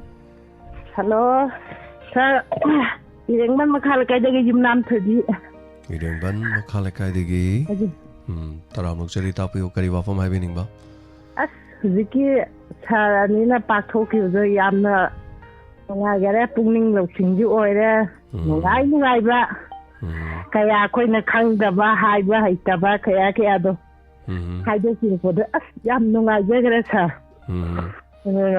Quite Yam no day. Can you move up from the Tamagate of what somebody? This Hana can no hundred bagida expected I ma with the pancake door. Ada khoi lili kem adagi lan ni nang akaina tawraga lakpado aidi yam te pung siba kap mati ama yaure sa nangarang mathang handi da tawbada kai na de sa ma ji ina je sida layaba khoi imana kaino dagi dalai thabi dagi ne ba adana ima je sahi maudra mukha hele adano hijikche mana ada taubiba jingdo laitana sida aina pot sei ngon tabang napa ga khoina lanthum paisalamba mayam jingdo waduna moina manghandana mulna mai thado piramine ada sun sunranga patanga toirunga paronga chungangba de sana haidoro podo khoi mana tawri jika kayam sana ba hai tare adana ai yam nuai te dum haine ai je siraju napana polo hiba mafam da aije adu da polo ji ko noi erje ai mangham am tapi da noi ningon mayam dingila ji na je khoi ningon ge gi marak ji kem da tham de ba masa ju kaino tawunina ano selabnina na jaba thakpa kaino tawuje tum ada tumam hi panju yamna kaino tawudien ja ro dai tare moi pang na ba ana sum thambani do sa moi lai sina dia aduna sira khoi ina tani hol amai mana tang le aduma haini na pa gi photo di le ra maroi ne asngal san hai ko do ina na hai do kam nu jenge na pa photo mangon do thilam bani ai mai thado mai moi ado poche di ta la ga phang ado na pa photo mangon do thilam di le ra mara put ola mari oki marai jindo ala khoi ma jenge ga kape musu aduma ne ai sira jine na pa gi poloi pom du tu bi ko khoi nang pha gi taw o adoi di imanang akoi di sang ya ta na ko ki noi poloi ro ha ga imanang chi ka na lang chalu ta ba ni ne na ha de poloi jara poloi ro ga na pa si mo pom du di poloi bi o ma ha gi chi chi le ai inakta imagine Agachari ngaje tapira ada sim sana pang thor paduga digi khoi mana paduga yam ana sa bahai tare aina thamoi ting naw no phaw hai tare adu sim adu jum thang ba adu so adu era para anau ba sahi la ko jida aphaba nungai ba kaya je puraktana hanagi sakhibaduna sakhara ana anau sahi lakpada mehat mupuri yaudaba michi mina yaudaba adagi sar hogi ju thabak tawram mai pakna soida ngamdana thawram khuding makta ayat apan ba laitaba ne isoda thangni jari thagachari tawram saruga bera kwasigi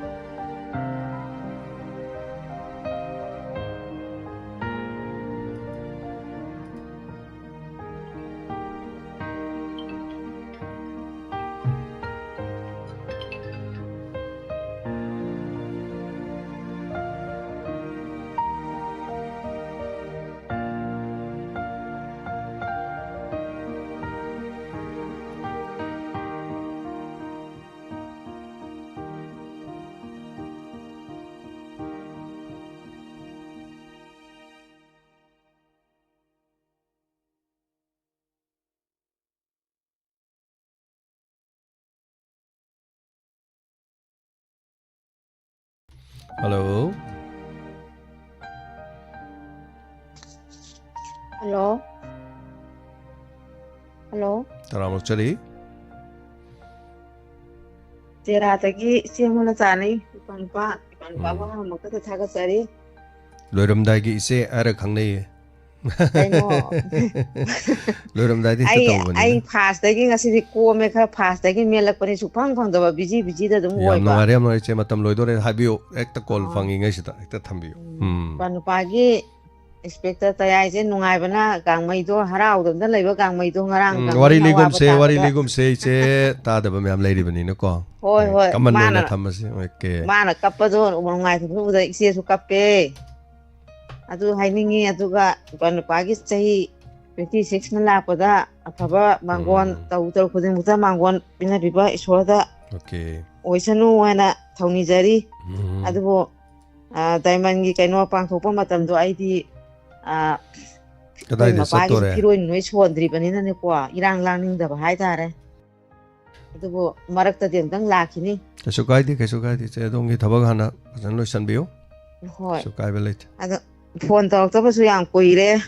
phone ju pak phangdi jikse ade ai gi su thabak se sum pharak ta ba hai da na tai cha da ba aduna dumai tawe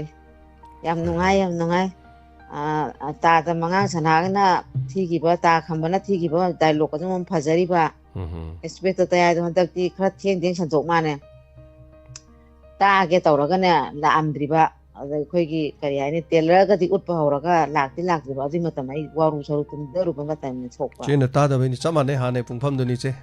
khra ta ba wala mani ko ta di tai pharak ta ba hai da widi sum tawramani aduna ni lab to thajaning ba tawning ba kaino do ado pharak ta ba na tha tre ta ki hoi lati tum namjai ko pan pai di ne monga la ga ta ra tu ne adum nammi ubi do adum nammi pan pa ta lak kaino ka ja san hona hoi yam nungai re ngasi phone phang ba thagachari che thoram soroga bira ko dum tabiyo sangakanda hanana thagachari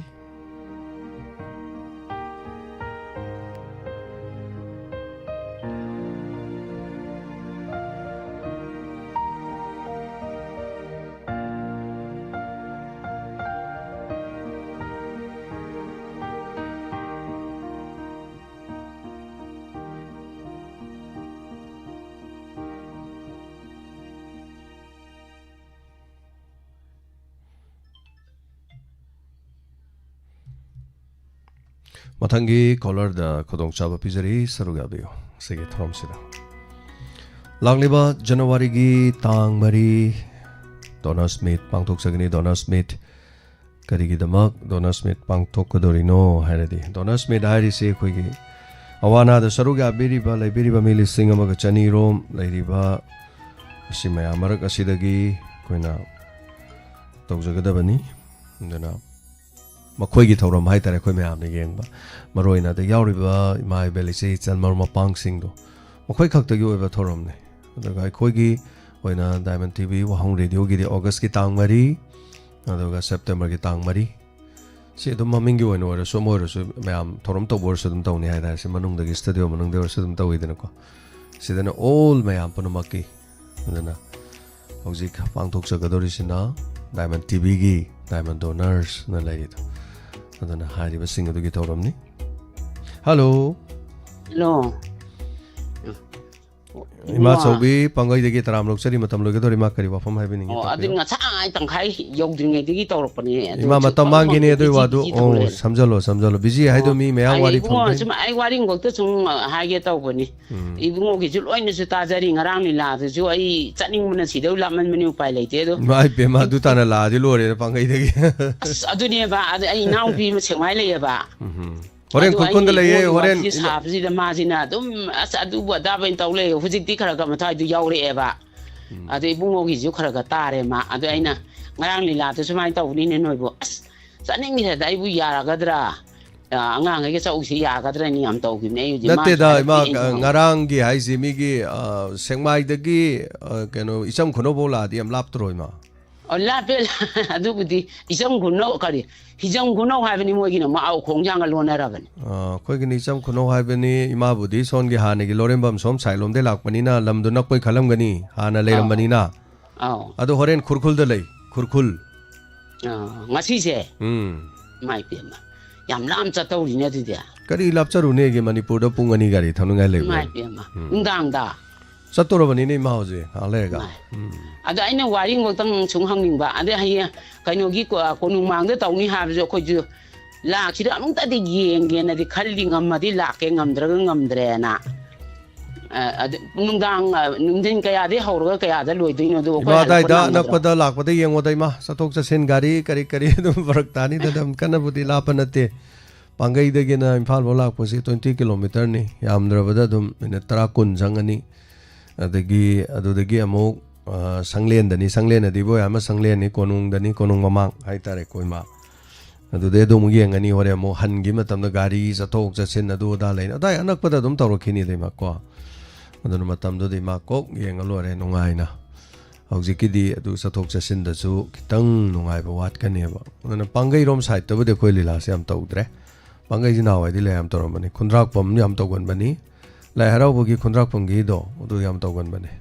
khoi lila am de dum tawgon le sei ko ding anyway ma matam na soi lak ba anak ko do ko yeng alore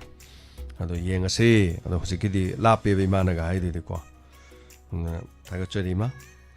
Pangai degi sam kuno bo la de as lor ka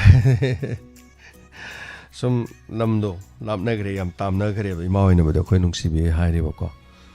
adana ado thaga chai ma hoina khoi nungsi bi ba mayam toro bu di punjan ba pangai rom sa te gi ima ni hum punjan ro auto wai ra ko la de ko mi da natra auto me he wai ra ba ado ga e rickshaw ra kai no ma toro ga bara khare yam da ba e-rickshaw gom da nungai ne gi nga ga mo e-rickshaw da mai halak dor di yai da to nuksi jan na haijari ni ma sing sin dawri se nuksi da na kingning da na haibiri ni hai tare na thaga chari thank you so much ma sing se nuksi da na ai sin nga si khurkhul da ni khurkhul je pung taruk hai bane taruk pudi hodau di mande adana koi taruk ki nap olaga dum chatui ni adana saga chari ima sing lekai lam da khoi chalu matam da mai kai du gi mai ben sing nam na khoi gi phida ma pibi be do tu gi nungai ja tare ngarang gi si su dum elai skun gi si family ti mai yai ma bi ai tare ne lai srami mai yai ma bi moi na khoi yaw bu gi wai bi ri ne ba ko ga saga chari nuga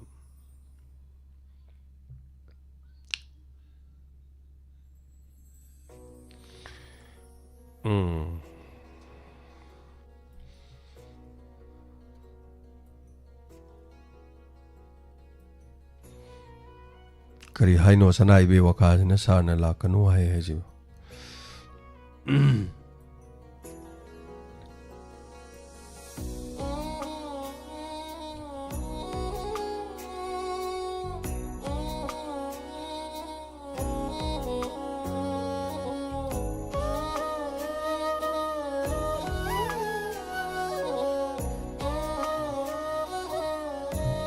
video macha mani dang loisalak da uchagi asigi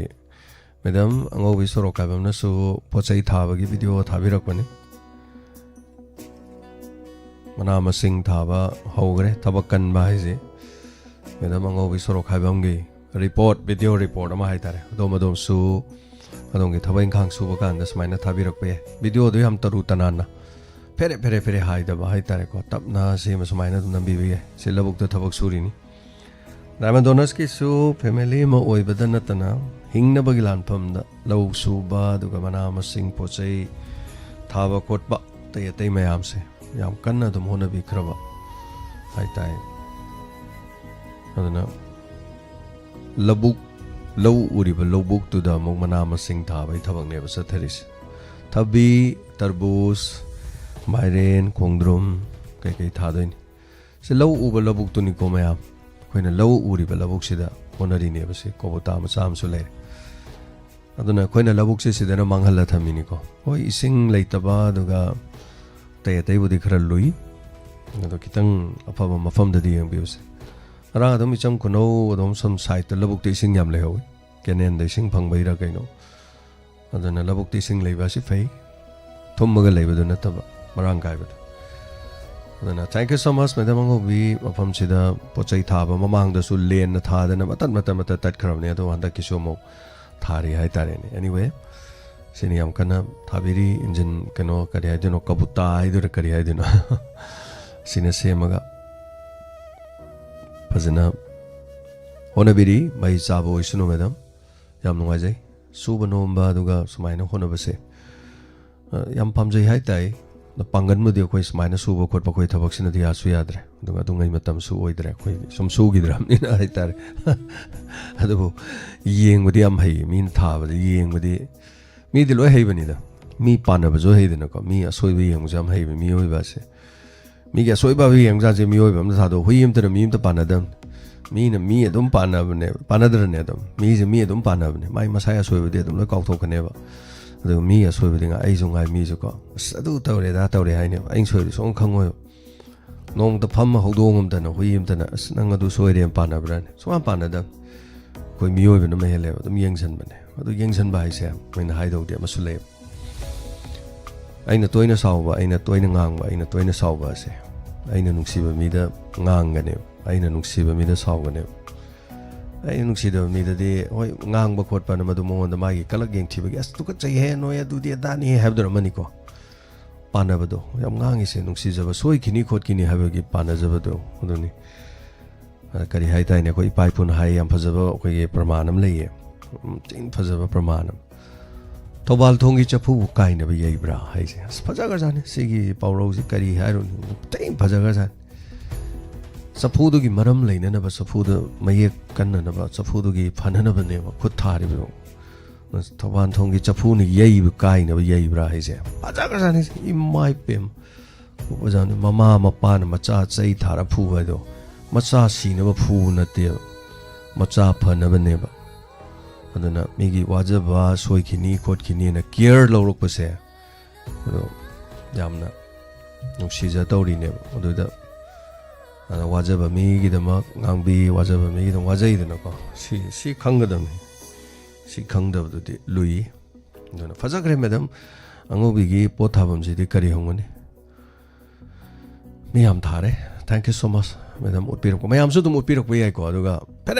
pere hair ulak ko video di khara di wa ya sidi yam phajana su utpire thong no phajakre kakching dagi koi gi sai tim mama ima tim mam lak piram iche tengma iche sing ima sing lak piram mayam se kakching loi sure ima mani hal hoy ne loi ne lai nung si ima dai na hoy sure loi na photo kap si ya da kharam jum yaw kharam pham lai adagi ima ke no je lak piram ima lerim cha ho je lak piram es so ta ije ayu angan bade ta lengan phi ga yan na tawris janaki sabagi ne mau phatta bi sabagi lengan phi am ju yan piram am nungai award am phange hai tar ima sing na pbb award ajagare do na ima sing no purei ni che sing kakching dagi kari dagi adagi ima lerim sa hai group purei me am sing bi Sogolwai pore Hawaii kangtak pore gobi pore Hawaii musori pore kari Hawaii sage adade as adade si sai na hare loi hai tam ne hangam su pore do loi no pore sini mina thina kai gino James to pang pi si boy mai benjing ni paisa ga pang pi de pi sal le moi James da kai do wei no James da James sai me ang ngang bam ni me ang sau bam ni me ang ge kai no sinu pa ma ya pakat takat li jo lai dong ni sor dong kari no kat li jo ani ma pan ma chum jai khoi di chum me di ma pan ma chum cha ni sumai na to hing jo ne ai ta mai sum hing ga dum loi so loi ja gi ge kai pam de MLA so pam de minister so pam de kai pam sumai sum to ro yong khar sa ra ga mi khar sa ri sai khar sa ga Soron khara lolaga dum panglei layer lo re mai bel sing awana hai tare ko mi na masak khangbi dra ba halaman sing mai bel sing cheichal doga yam honari ba tawri ba suba no ma tawri ba mayam se siga dum le minara lo re ka su leite sidai hen ba bu kari or doin se mi phangya ponte da ma sen janaki mau phata bi sa ba ge nai je ka de record to tholok pani mai pom pom mi se khara तयाइगा खरा तुम साना रोरगा थोलोकपने हाइतारे अदुना इसे सिंग इमा सिंग ma'am नुक्सिबीजे सिदे हेनबा करी करी लेरुनी केम लेती अदुना लेगान फिम सुयान बिरे साथक so ma'am पुबिरे अदुगा नुक्सिबगी लिपुन्नी नुक्सिबगी दमंगनी हाइताई सिदगी हेनबा लेती इमा इबेल सिंग से ओनसनरगा सुमाइना खरा लाउना खरा कपना अदुम पुंसी से तुम लेंजरगा तुम लोइसिनजगे ngamba thak to honagani aduga sigi maibel sing mayam aduga sigi mai cheichal mayam sigi ni makoi gi damok tani honari se aduna makoi na narak pa yelak pa haiba tare mang de le minari ba igi hek oi de ladies ima daina cancer na bani ma se ado koi mayam makoi family members sing mayam donor yaw da ba mayam loi to de ne ma se de so khoina lupa lising yang kai pangje ima do cancer na ba fare hojikti cancer su na dre ima su fare aduna ai cancer na ba fare hadana lakpa ni rak sure nungai tro side hen ma nungai ba kai leige aduna donor member ma oiru bagini aduna donor member oiragadi khutong sa ba se tumai su lei nungsidara ne se hojik pu ai ma wai hai kan dai ngon da wa ba hangna no kana lege yum da leiri ba mi ponna lei mi ners nang yang wari bra matha sari yum da lei ba mi na bo mi da hangna dra matam ne aduna ai ga so mari thong na ba na ta ba sagai ju na ta ba ai ga chapo kham am ta samin na su na ta bi mai bel me am che chan me am jin hangi ju aduna ni sina ki dri je james ai ru jam na hona jari ba tori me am sai sde hen ma kaim lai nothing thaga chari aduna mateng pang birak pa sing khar lau thok sage james ta pangpi de pirak pa james na oi do ba selam ta nat samroi lapam basa sharma function gi de malupa chonga pe birakhi tonjam sumati chajing dagi chawum pibi rakhi waheng bam pajabi lilong bazar di chawum pibi rakhi athokpam mem chawum pibi rakhi akham mem chap lupa chawum pibi rakhi laishram yo sanatum vilupa chama function pibi rakhi khundrakpam thambal tumbi ai si loi di law grab ngak tani amuk anga gen nong na ira male khundrakpam thambal tumbi su sam pibi rakhi aduga jajen ta face to face ki som pe biraki sinam bani sana donor function gi chani pan pe biraki ningtokjam savitri khangabok ta gi function gi chani pe biraki pukrambam sorojini khurai function gi damak changwa pe biraki robin chandra thoksom thongju de gina donor met ki lupa lising ma pe biraki romesh kumham tha gi lupa changwa dum pe birak padu chei nipan hele ngasi phawb lep ta na pe birakli loina na iche amba thorong gi damak pa chom ju pibirak pa duga chahi magi donor su pi thok pirak pa laisram yai mabi khui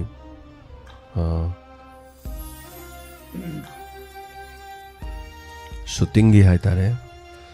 lupa angang gi su sani ma su pibirak pa duga pa lising ma hai tare du su pibirak ni thaga chari ema marang them su lupa sa function gi pibirak ki bani du ar ke guneshwari lupa chani function gi pibirak ki kakchingi okhoi kaka gopal meyang lamong gopal pasohum christmas gangai gi chatpagi na pibirak pani aduga donor gi su senpham pibirak pani kolaga tagi deji pasohum shooting tawri badugi function gi chawum na pirak pani ma lering macha su lopachani aduga ima ibe tombi su lopachani chani pirami haikru aduga sing function gi chini thoiding jo pibirame thaga chari thoiding do matum tara ga hangam thong ga yongsak singju ga sawa yana ba na horem chandra jini kaksing digi chawum pibire aduga bayang lambam nalini chawum pibire imadaina chawum bayang lambam manihal su pibire yangkhom lalita su pibire bayang lambam Rainy su pibire thank you so much it's a rasmani su hawai changwai ate everything loina mayam pibire na panbada chitha ba yaw ga su mayam tek adum tawbiro masini imabel sing na koi de ma kona biba hai tare ne ko sigi nuksi bese dum phanga ga lore chume na james mayam ge dum pan ma sum char hing man yes sumaina dum punsi je dum le laga imabel sing ge seva toroga hai tare namjaba khara si toroga dum sumaina dum le laga lore side hen ba leite aduna kobi gano donor made lagliba tang mari akhanaba thorom sing su bye bye ge thamjari yamina si drama fajaba masu thami ai nupi ani lon ba sa dori mayam phuning bar khang de du helila du ta ba de ko अदो याम सु फजबा Lilani अइना कुमजबदा फजेना highway नते आई फजद्रजु कुम्मीदुदी चे पुनि सौरी होय अदुगा मा शांति ते ते ma'am याउरीबको अदुन ma'am यंगबियो ताबियो हाइबा तारे चहीगी अरोइबा खुदोल ओइना थमजगदोरिबा ड्रामा अनौबा मपोक सिसु ताबियो असिगिदमक्तदी थोरम लोसिनजबे याबा लोगजगे थोरम संतोक्सकिबदा सोइकिबा लानकिबा पुनम ngakpigani पुनम मपो खुरुमजरी टेक केयर सेक्शन द labio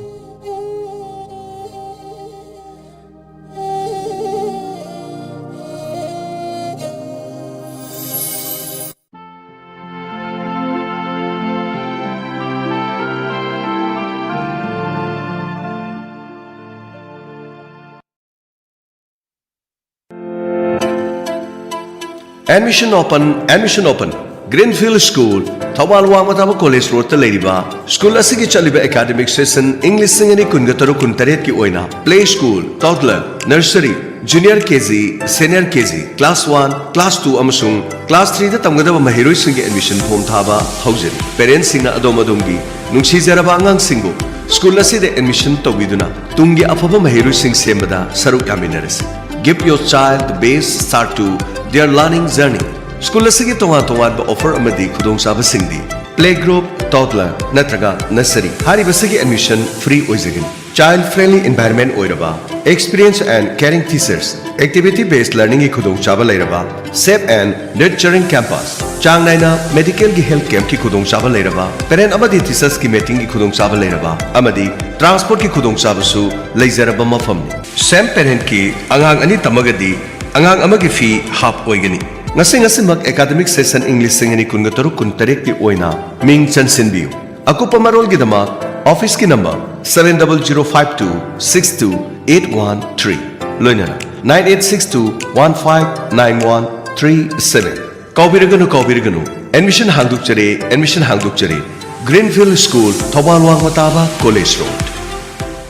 Toibi tu nini nang school ki form porabane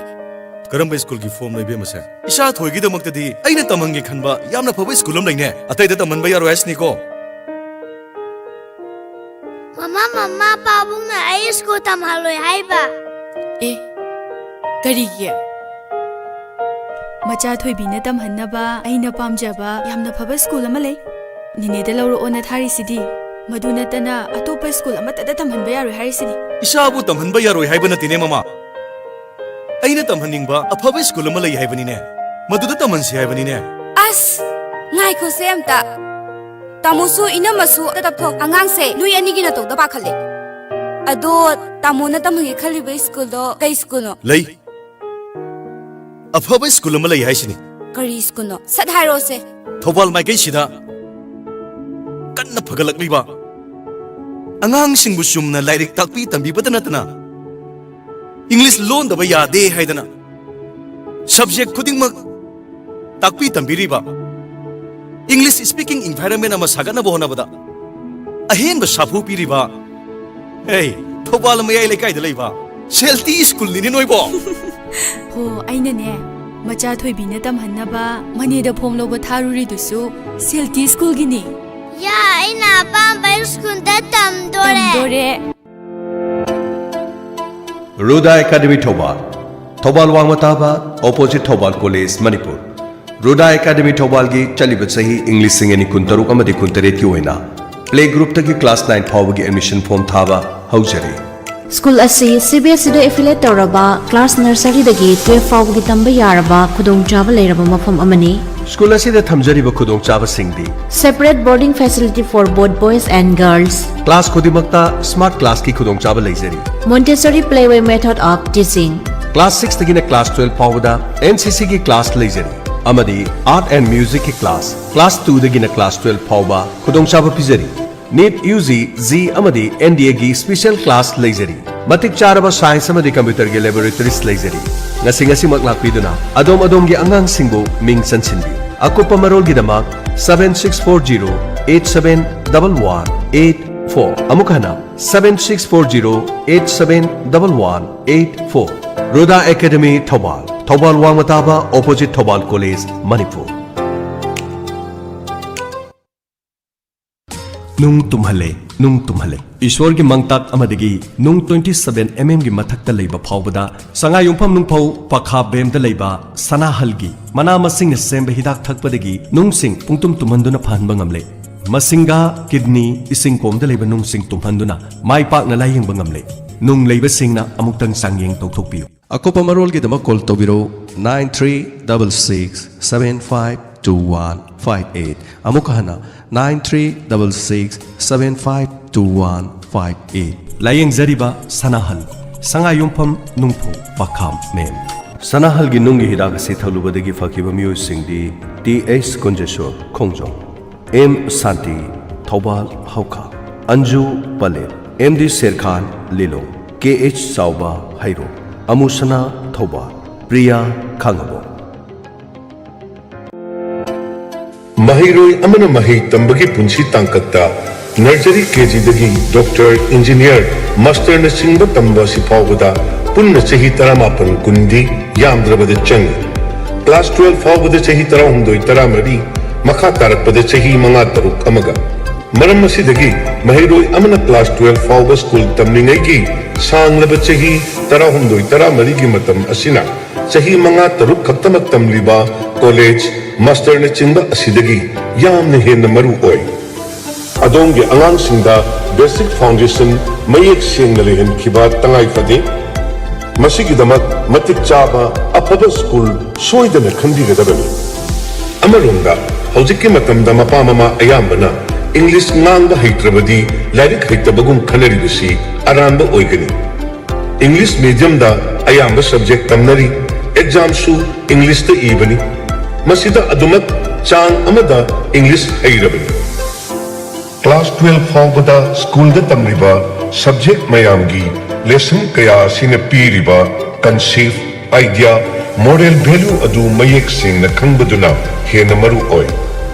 मधु खंगलबतदा इचाना तुंगी leader ओयगनी slope lane public school CBSE affiliated boarding school खोंगजोमदा अदोंगी अंगांग सिंग मिंग चंबीबे यारगनी कंटेक्ट तोगियो 96159659222 नत्रगा 96155201109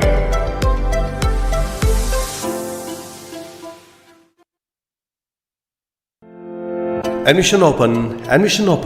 The Base Kid Care Center, Khongjom Bazar. Khongjom Bazar da leriba Kid Center asigi lakadoriba session English singeni kun taruki oina. Admission form thaba houjari. Leiba ke hauji koriba phibam asigi khanjaduna. Admission free oijagani. Hariba center asida baby group pre-nursery amadi KG. Anjariba singi oina mai tamagi khudong saba pizari. Center asida ning thizana train toroba oza sing haibadi rhymes, date, diet hariba sing si loiraba oza sing ning thina takpi tambiri. Center asida play based learning ki khudong saba thamjari. Smart classroom, kids park, toys room, indoor amadi outdoor play zones. Loinana well ventilated classrooms, CCTV monitoring classroom khudong saba leijari. Band service su leijari. Thabak chillaba mama mapa singi oina day boarding ki khudong saba su pizari. Adomadong isa singu mafam asida mahi tamhanba matamda khwaidigi hena khudong charibadi mafam asida khudong thiningai oiba pukri natraga angang singda sokadaba polam sing amata leite.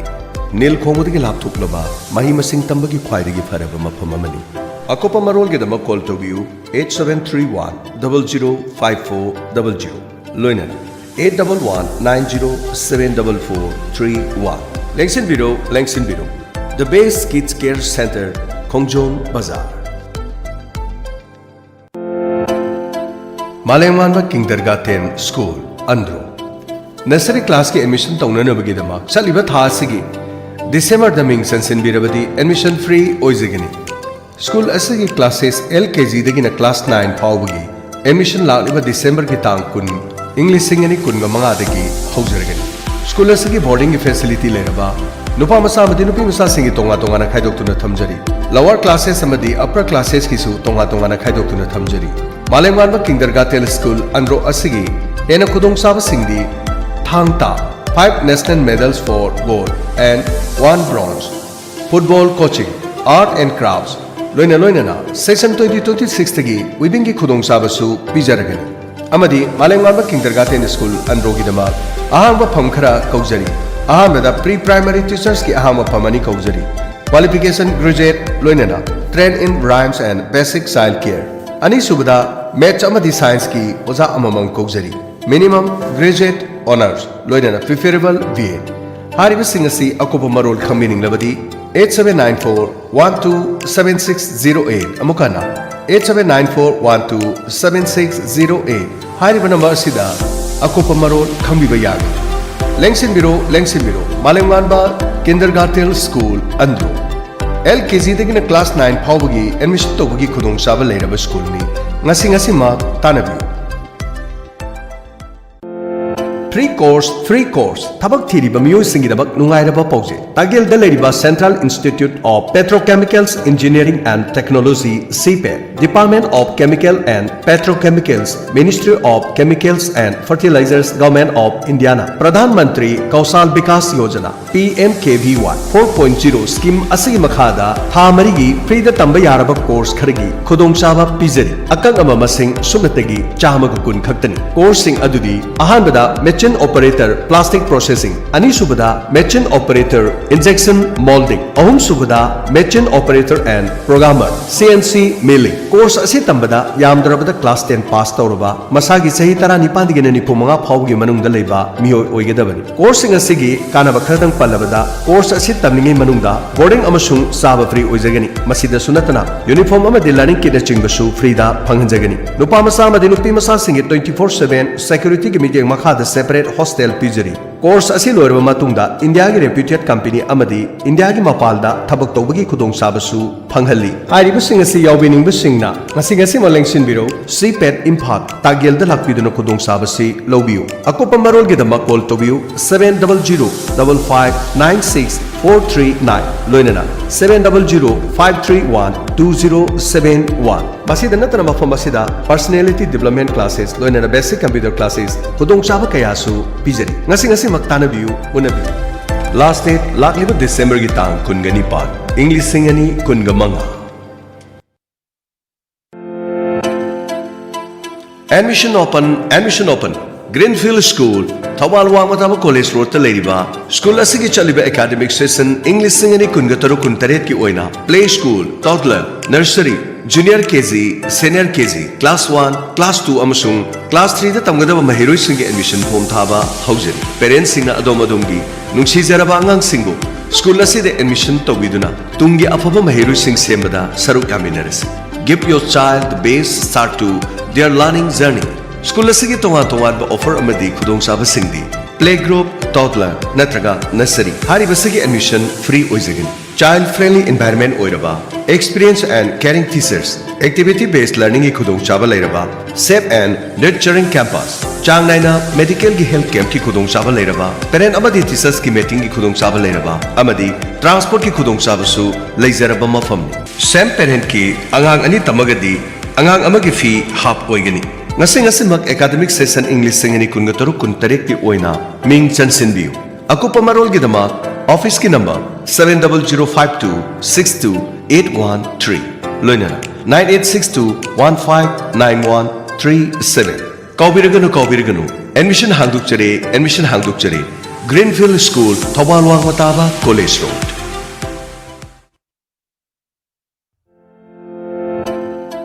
Admission open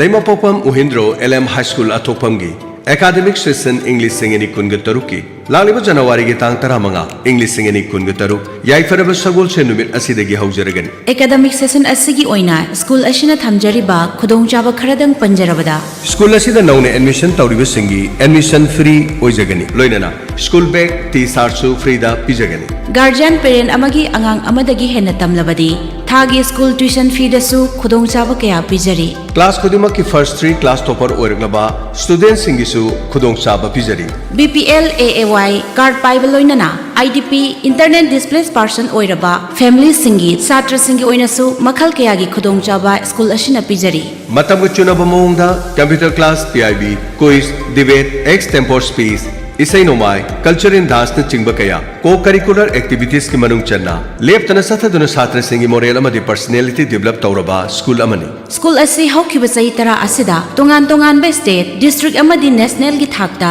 pangthokpa science exhibition amadi tongan tongan ba subject singi competition da saruk yabata natana mana lawrakpa student kya puthorakli amadi school asidasu sahi khudingi oina science exhibition pangthoktuna students singi talent kayabu hena develop tawbata natana co-curricular activities kaya tawduna tongan tongan ba hiram da satra singi talent bu semgaliba school ni masida sunatana Bosem na lauba high SLC metric exam da 100% pass tawba student puthok pada natana mating leiba satra kaya puthok liba school ni ngasing mangle miroktuna tunggi aphaba yumbi ama oirakadori beisa singbu admission tawbiyo haiduna haijari akopa marol gidama 9612915579 loinana 7005159454 hariba number sida paw phobi kawbiraganu Laimapokpam Mohindro LM High School Athokpam Chindral Winter Camp and Non-Residential Chindral Development Program Masagi chahi mari dagina tarahumdoi phawbugi manungda leba angang singi Chindral Winter Camp ama pangthok chagadori Sinja langzariba Isaac Thobal in association with IRDA Thobal December ki tang 16 tagi hawjaraga January ki tang 16 phawba pangthok chagadaba ayuk ki pung 10 makhai digina nungthil ki pung ama phawba pangthok chagani Participation fee subnatagi lupa lising ohumni, including daily snacks and camp materials. Maruibo objective singdi physical, mental, emotional development, learning manner lainana ba, discipline amadi behavior, tonga life skills singi maramda amadi socialization, masagi talent sing aduga creativity hengkana nabagi damakta pangthuk chagadoriban. Indoor playtime, computer handling, art and craft, coloring and painting, English and Hindi speaking, handwriting, singing and dancing, dental checkup, interaction with eminent personalities. Hariba singasi pangthuk chagani. Akopa marol gidama Isaac Thobal Okram Wangmatawa 70053560020 amukana 70053560020 da akopa marol khangdi. Registration tawbugi aroiba numit lagliba December gi tang kungani pan English singani kungabanga. Let them use their winter break wisely. Chindral Winter Camp and Non-Residential Chindral Development Program. Soidana adongi pigliba isa sing chahi mari dagina tarahumdoi phawbu manungda leiba singna saruga hanbiyo Yaning Coaching Center YCC Thobal Hauka Asem Lampa Mafam asida Sainik Navodaya RMD amadi atopa class 6 tagina 9 phawbagi competitive exams singidama mausangna coaching gi khudongchaba pijari Yaning Coaching Center gi achievement singdi first position in class 9 state topper first topper in state girls category first topper in OBC category first topper in defense category loinana satra chama gi mathakta Sainik amadi Navodaya puthokraba coaching center amani mafam asida takpi tambiri basingasi matam amagi JNB Thobal gi student ngakani akang naba sit masing first phase ki oina masing nifu loinana second phase ki oina masing nifu oizagani English ngani kungataru kuntaret session asigi dama form thaba haujani eligibility na class 3 pass amadi masigi matha screening test first phase ki oina langliba December ki tang 10 English ngani kungamanga second phase na January ki tang kungamanga English ngani kungataru mafamna Thobal haukada leijariba mafam asida pangthuk chagani pass tawgi changna 87% loinana session na January ki last week tagi haujagani relief camp ta leiriba satra singi damak akhanaba kudong saba pijari coaching center asigi kudong saba singdi smart class nupi masa amadi nupa masa singi tongan ba hostel matam gi oina mama mapa singda WhatsApp ki kuthangda feedback piba chapter wise ki test amadi regular mock test asonba satra singi akhanaba class su thamjari akupa marol gi damak call towi 7005001427 loinana 6009507913 amadi 700510756 Akopa marol gidama yaning.in Ari basina susang bibiyag